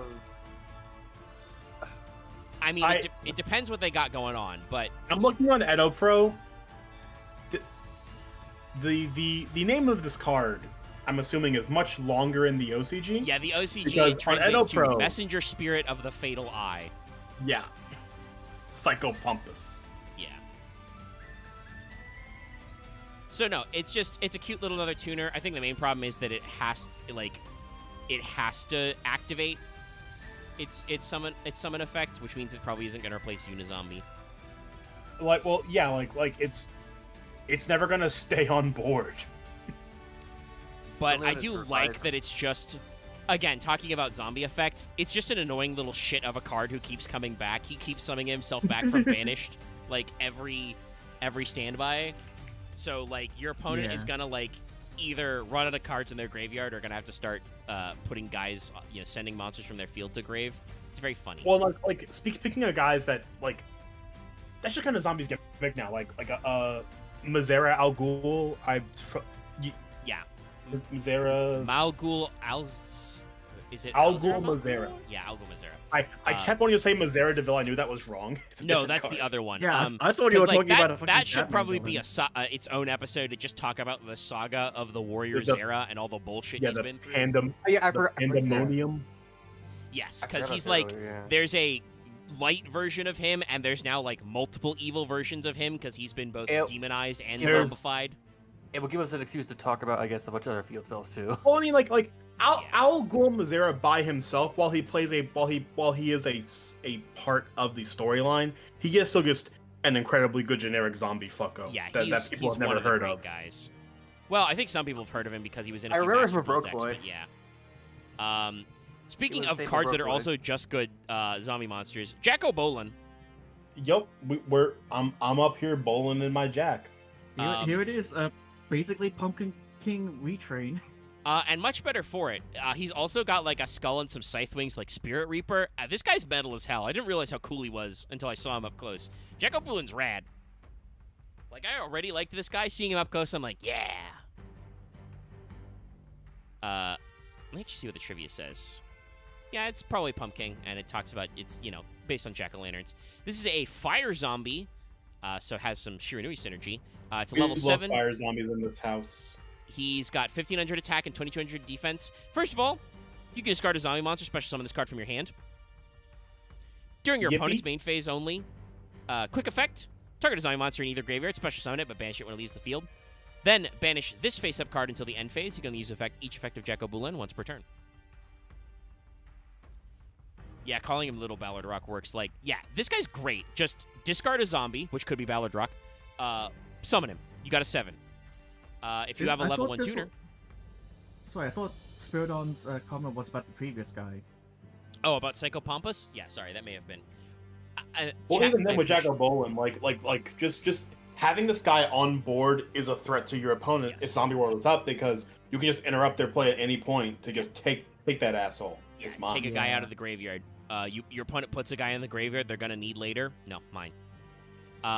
Also, yes, no, Psycho Pompous is art-wise is Little Ballard Rock. Mechanically, I feel like Jacko Bolin is kind of like Little Ballard Rock, because he doesn't have the negate, but he's just so much random advantage, and just like he's in negate in that he can cause things to fizzle. And also he does the funniest thing in the world, which on a quick effect during your opponent's main phase, he can just hit the bricks. He can just put himself in banishment until the end phase. Just get the fuck out of there. So, like, your opponent can't even get rid of him easily, because if they force his activation, okay, you force his activation, and maybe you have to summon something suboptimal, but, like, also you're going to get Jacko Bolin back. And again, this guy's level 7, really good for synchro materials, for a free special summon. Yeah, you cannot get rid of this, like, your opponent just can get rid of this guy unless they're doing things that cannot be reacted to, because, he can interrupt your opponent's combos, or if your opponent's trying to get rid of him, he just bamps away. And because his special summon effect is discard a zombie monster, you always have at least one target. Like, the only way to get rid of this guy, like, effectively is to go straight to battle, which is not something you're going to want to do, because, like you said, this guy threatens an interruption. He is kind of a weird DD Crow in a way, because anytime, if your opponent is, like, setting up in the graveyard, you can just be like, no, that guy's mine now. And if you pop him, he'll be banished. Not only that, even in a scenario where, okay, I'm gonna take out your zombie world, so this can't do anything, you could still choose to react in that point. Take your opponent's biggest asshole in the graveyard. Get over this asshole. Get over this guy. I would like to say, unlike a lot of these other effects, it does say banish it when it leaves the field. It does not negate that special summon monster. So if your opponent accidentally puts a guy with a funny effect in the graveyard, you can just be like, mine now. And again, this guy's a 7, so that means you could, when that was legal, use him to make summon your opponent's Vanity's Fiend. Yeah, all kinds of funny shit. You could use him with Unizombie to make Barone. Any other 10s that matter. If you use one of your level 1 tuners, like Glow Up Bloom, you can Never make mind. 8s. I forgot the Vanity's card actually can't be special summoned. Yeah, the Vanities don't prevent, but there are other floodgates on sticks you can summon out. Yeah, like Haiku, or not Haiku. Fucking not Kai. Actually, what's the last turn guy? What's the last turn guy? Level 3 I know who guy. you mean. I can't remember his dumb name. Last turn, it's like Susanoo and... No, not the actual guys on the card. The guy you play to make the kill work. Something the Summoner? Haiku the Summoner? No, it's not Kaiku. Kaiku is the guy who banishes. I know what it looks like. I just can't... Yeah, I can't remember his name. He's weird like that. But hey, this is another card, by the way. It's very funny because it's such a kind of like nothing. But it's a weird level 10 effect. But we retrained Soul Absorbing Bone Tower. Behold, Finisterre, Tower of the Necro World. The fuck? It became like a Balderok has made himself his own demon fortress in the ocean. Why is It feels This like is a- that moment when Jack went to the future and everything's all techno now. Sorry, Samurai this is a Jack went to the fucking future. like this is a raid tier? Yeah, Yeah. so Finisterre is Latin for end of the earth. It also probably comes from there is a cape called Finisterre in Spain, which Look at this just zombie is a squids. big rock that sticks Jaugen. out of the ground that the It's Romans Jaugen. thought. Jaugen, yeah. Yeah, Jaugen. The Jaugen spiritualist. spiritualist. Yeah, that guy. Thank you. That's a very Hate, annoying guy hate to that summon. guy. I need to say this, but yeah. Besides Zot, what were the other name of the towers? Well, one of them was Babel. Why does it feel like this is the Tower of Zot Ultimate? Yeah, no, I mean that's what this fucking looks like. Like, also I All like together. that it's like down at the lower level. It's kind of like Japanese. It's also got like Onigashima, like Island of Oni type vibes. Yeah. It's also kind of like the prison from Wind Waker. Wait, but if it's Onigashima, where's Kaido? I mean, he could be in there somewhere. We're really zoomed out. or Onimusha. This thing's I mean, fucking... like it looks like Queen's throwing the party. yeah. I will keep making One Piece references, and I will manifest a Robin into this voice chat. Sadly not. I don't know what he's doing right We'd now. also throw a Doesn't Rocket play. Robin, he might show up. Listen, we're late. We've been going for almost 3 hours. It's But longer once in a while. Finisterre is such a weird card. It's a water zombie. It's a level 10. It's got 1,000 attack and 2,800 defense. If you level control, 10? yes, if you control a level 10 monster, you can special summon this card from your hand. You can only summon Finisterre once per turn this way. No idea why that Is specification. this doesn't like apply. an enabler? This is a TCG exclusive? I think so. Yes, I think this is a world premiere. Look at Edo Pro. smart. It's what it says. Yeah. You can target one face-up card on the field. That card can't be destroyed by card effects this turn. You can use this effect once per turn. So yeah, it's a really weird rank 10 thing from Duelist Nexus. Like a lot of TCG exclusives, it just That was a thing. it's It doesn't go cool. much where. But like, I greatly appreciate that somebody was like, "Hey, you know what we need? Let's get a really weird, obscure reference to like Soul Absorbing Bone Tower plus some Roman mythology, and just draw some sick ass art."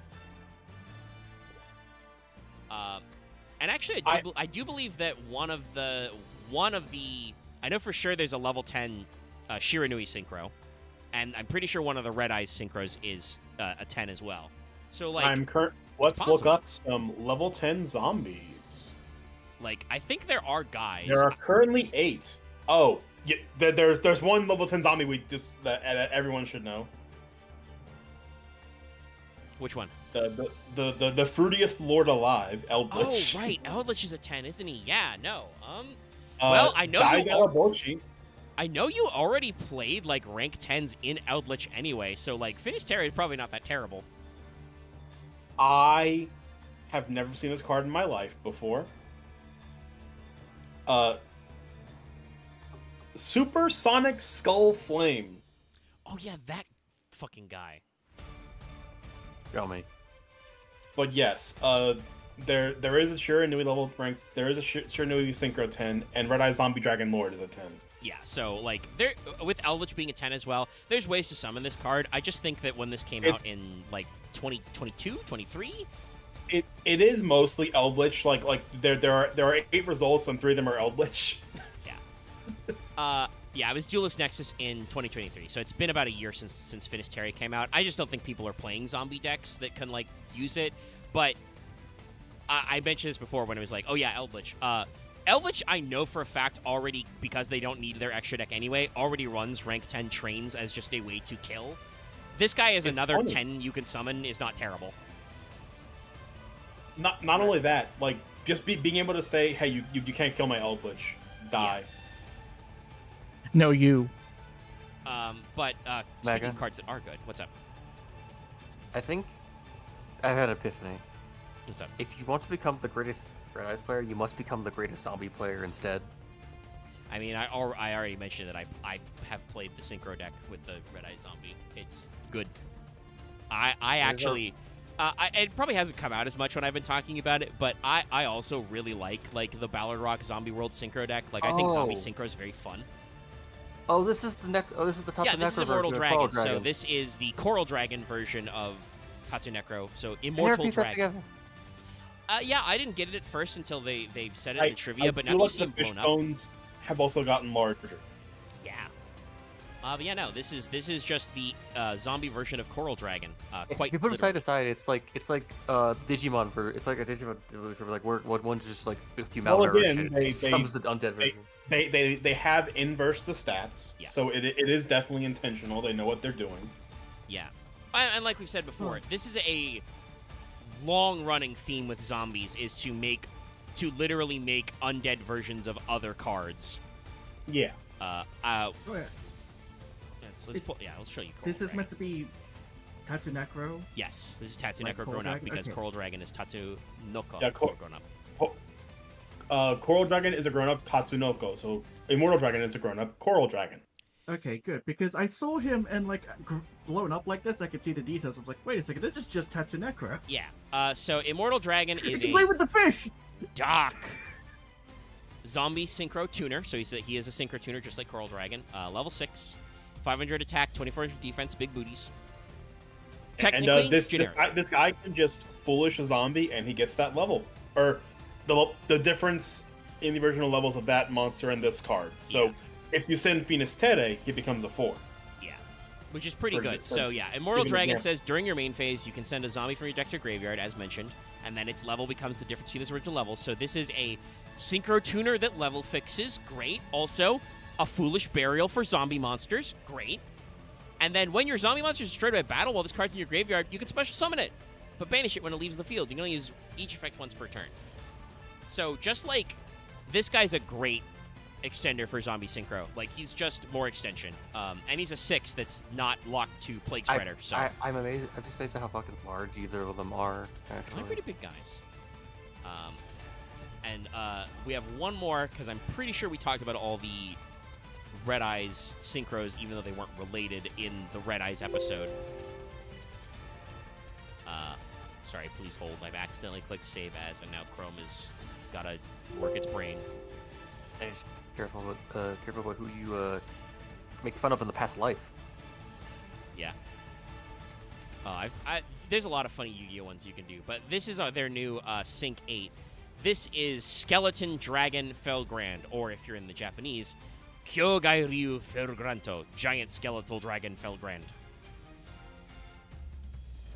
So I will pull up what normal Divine Dragon Lord Felgrand is supposed to look like. Oh, the Felgrand's a whole thing. What a fall from grace. Yeah, there's a couple different Felgrands, but this one is like specifically Dragon Lord because, well, you'll see when I pull up the card arts. Dragon Lord is gold and skinny. It looks like a From Dragon. Yeah, no, I think that's correct, because he's kind of stony as well, and that's something From really likes, is like their dragons having scales of stone or being made of stone or just turning to stone. So he's kind of stony, he's kind of bony. He's skinny just like regular Felgrand, but I love this fucking, like, feral pose he's doing, like, with his weird long fingers, you know? His mind is decayed of his body. Like, that's part of what makes him such a From Dragon, is just, like, you walk through the wall of mist, and this guy hits this pose, and you just go, oh, shit, this guy's gonna kill me. Yeah. I'm not ready for this. Or this guy's gonna, like... About what a lot of FromSoft's design statement is like something fallen from grace. This is the dragon, Regal Dragon, who actually... Most From games are about decay. Yeah. And also, hey, guess what? This card, good. First of all, funnily enough, it's another light zombie, because the original guy was light. Light zombies are an underrated combo. There's a couple of them. The Cursed Dragon Paladin we mentioned earlier was also a light zombie, because the original Dragon Paladin was, which is very funny. So this is a level 8 zombie synchro who's 28-28, so good stats for a sync 8. He does require a zombie tuner, but is otherwise generic. If this card's special summon, target one monster your opponent controls are in their graveyard. Banish it. Banish it. I'm looking at light zombies, just as a quick aside. Again, half of them are Eldritch. Yeah, Big L is one of them, obviously. Malevolent Mech Gokuen is one. Who I didn't bring him up because I did like he's the counterpart to like Majestic Mech, but that was printed in the Zombie World structure deck. Funnily enough. And also Spirit of the Pharaoh. Huh. Kind of makes sense. Who is summoned by the sarcophagus. Oh, the 3 set? Yeah, the special one. He's summoned by he must be summoned by the first sarcophagus. Which must be summoned by the second. Yeah. By the third. And Second, when he's summoned, first, you can target up to 4 level 2 or lower zombie normal monsters in your graveyard for summoning those targets. What the fuck? Yeah, it's a really weird wombo combo. The level 2 or lower zombie monsters is there is that Pharaoh zombie normal that's like a level 2 fucko. Yeah. Also, Felgrand says, if a monster special summoned from either graveyard while this monster is on the field, except for any damage step, target one of the face-up monster on the field, negates effects till the end of this turn. You always each effect once per turn. Felgrand is just another rounding out your generic zombie synchro. He's an 8 who is just a fucker. He just banishes a monster your opponent controls on synchro summon, and then if a monster summoned from graveyard, hey, you're playing zombies, you're gonna summon from graveyard. He's just a negate for the rest of the turn. He's just like a Veiler. He's sick. And also he's a 28 guy. Like, just good cards, This deck cooks. And there's one more spell trap I want to bring up before we get on out of here, but this is another one that was printed, I believe, relatively recently. Yeah, this was also in Dimension Force. So this one is just called Haunted Zombies, and it's got our best friend, the Bone Tower, again. And it's just assembling some new zombie freaks out of bones.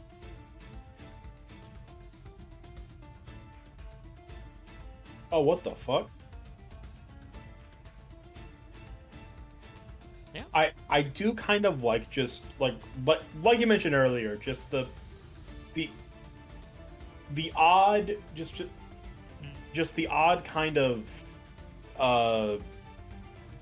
callbacks, yeah. The odd callbacks of like old school zombie monsters like this.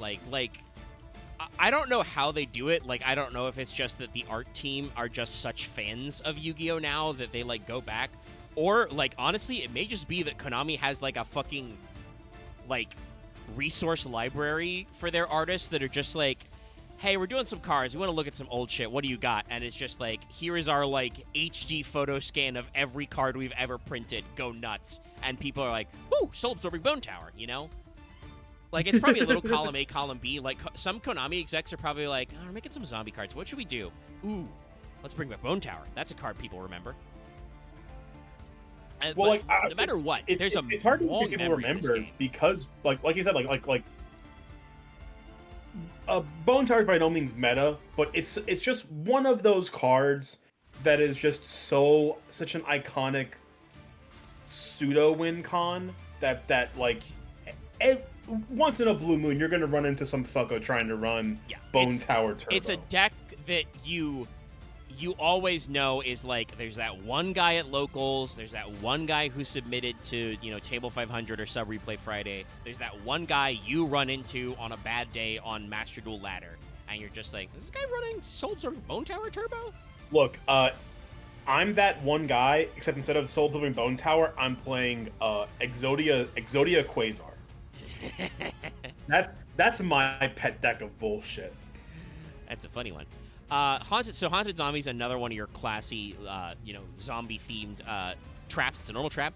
Banish a zombie monster from either graveyard and special summon 2 Haunted tokens with the same level as the banished monster. This card's in your graveyard. You can shuffle one of your banished zombies back. Set this card. So this card is newer than a lot of those cards that were in the structure deck, but it has that same feature of shuffle back a banished zombie, reset it, and banish a zombie from either graveyard. Once again, if you're under Zombie World, that includes your opponent's graveyard. To just get 2 tokens of the same level, this is another way you can make Zombie Skull if you need it, if you just need a level 2 zombie in your grave to do it. But also it's just, like, lots of utility. It's a trap card, so you can just use it like a DD Crow to pinch your opponent's graveyard. But also, if you get to do it, like, on your own terms, like, for instance, if you do the shuffle effect, that's pretty baller, right? To just get level-fixed tokens, like I said, I've been playing Centurion and Master Duel lately since they came out with it, and one of their cards is summon a level 4 or 8 token. That's great. Just getting level flexibility with tokens to do synchros, it's great. It's very useful. There's so much fun stuff you can do. And even though we're over 3 hours, yes, I will look at the other one because I was in Darkwing Blast. It is a zombie synchro monster, so I think it works. Are we wrapping up from here? Yeah, we'll probably wrap up after this. Next week, I won't know exactly if we'll do Cube or DDM, but we'll do one of those two. Jameson, Samsara, Sorrow, Cat? Yes, I think this is another TCG exclusive. This is actually the zombie synchro version of Tatsuneko because it's a, like the effect is different, or Tatsunoko I should say, but it's a level 3 synchro tuner. It's completely generic. It also has a kind of funny effect like that, because it's once per chain during your opponent's main phase. Quick effect, synchro summon using this card you control as material. It was not a TCG exclusive. Ooh, okay, no, so this was just a free agent. Okay. Well. Okay, so it's just a free agent. Neat. Well, good support. So it's a quick effect synchro on your opponent's turn. If this card's in your graveyard, target one of their synchro monsters in your graveyard, put it back in your extra duke, summon this card, but banish it when it leaves the field. You'll use each effect once per turn. Again, just a good... If you're zombie locked, good card. Just good card to have. I mean, I know it's a bit unfair to compare it to this archetype because it is just doing the thing, but it just feels... This feels like a punk reject. I mean, with that card art, yeah, like it is very much. Yeah. But punks are obviously like, they're a bunch of different types, but their extra deck monsters are mostly like dragons or psychics, I think. Yeah. Or one of them might be a sea serpent. So, you know, there are a couple cards in your zombie deck which do zombie lock you. You know, like you're only able to summon zombies. So having your own in-archetype, you know, level 3 synchro tuner is pretty good. And honestly, its graveyard effect is real good. Shuffle back one of your synchros to summon this guy back. Solid.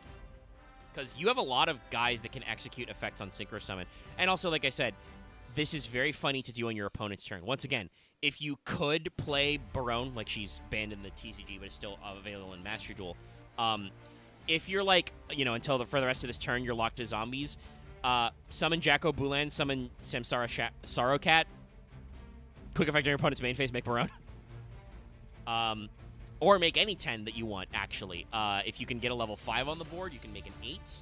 I don't think there's any good 11s, but you could do that with Ballard Rock. Like, I mean, a funny 11 is the Pepino. I don't know if it helps, but yeah, you know. you probably don't want to make Pep on your opponent's turn, but it is very silly. Look, it would be really funny to flex. Yes. That's all I'm saying. Actually, I don't think I have the room to save the replay. I was against a deck that like somebody was playing like an OTK strategy that like I didn't OTK them right away back, so they went into Pep, but they sequenced their attacks wrong and managed to make my attack points lower. Like I did dodge some stuff, and I still managed to bring the clap back. What attribute is Shamison? Doc. You know what you can make with a 10? Ooh, what can you make with a Doc? Chaos Angel. Ooh, yeah, shit, that's a good interruption. Chaos Angel in your opponent's main phase? If you make it with a dark, monster control cannot be destroyed by battle. Eat shit with that board you're building to OTK me. Yeah, on summon it's a banish, so like that's a quick effect interruption.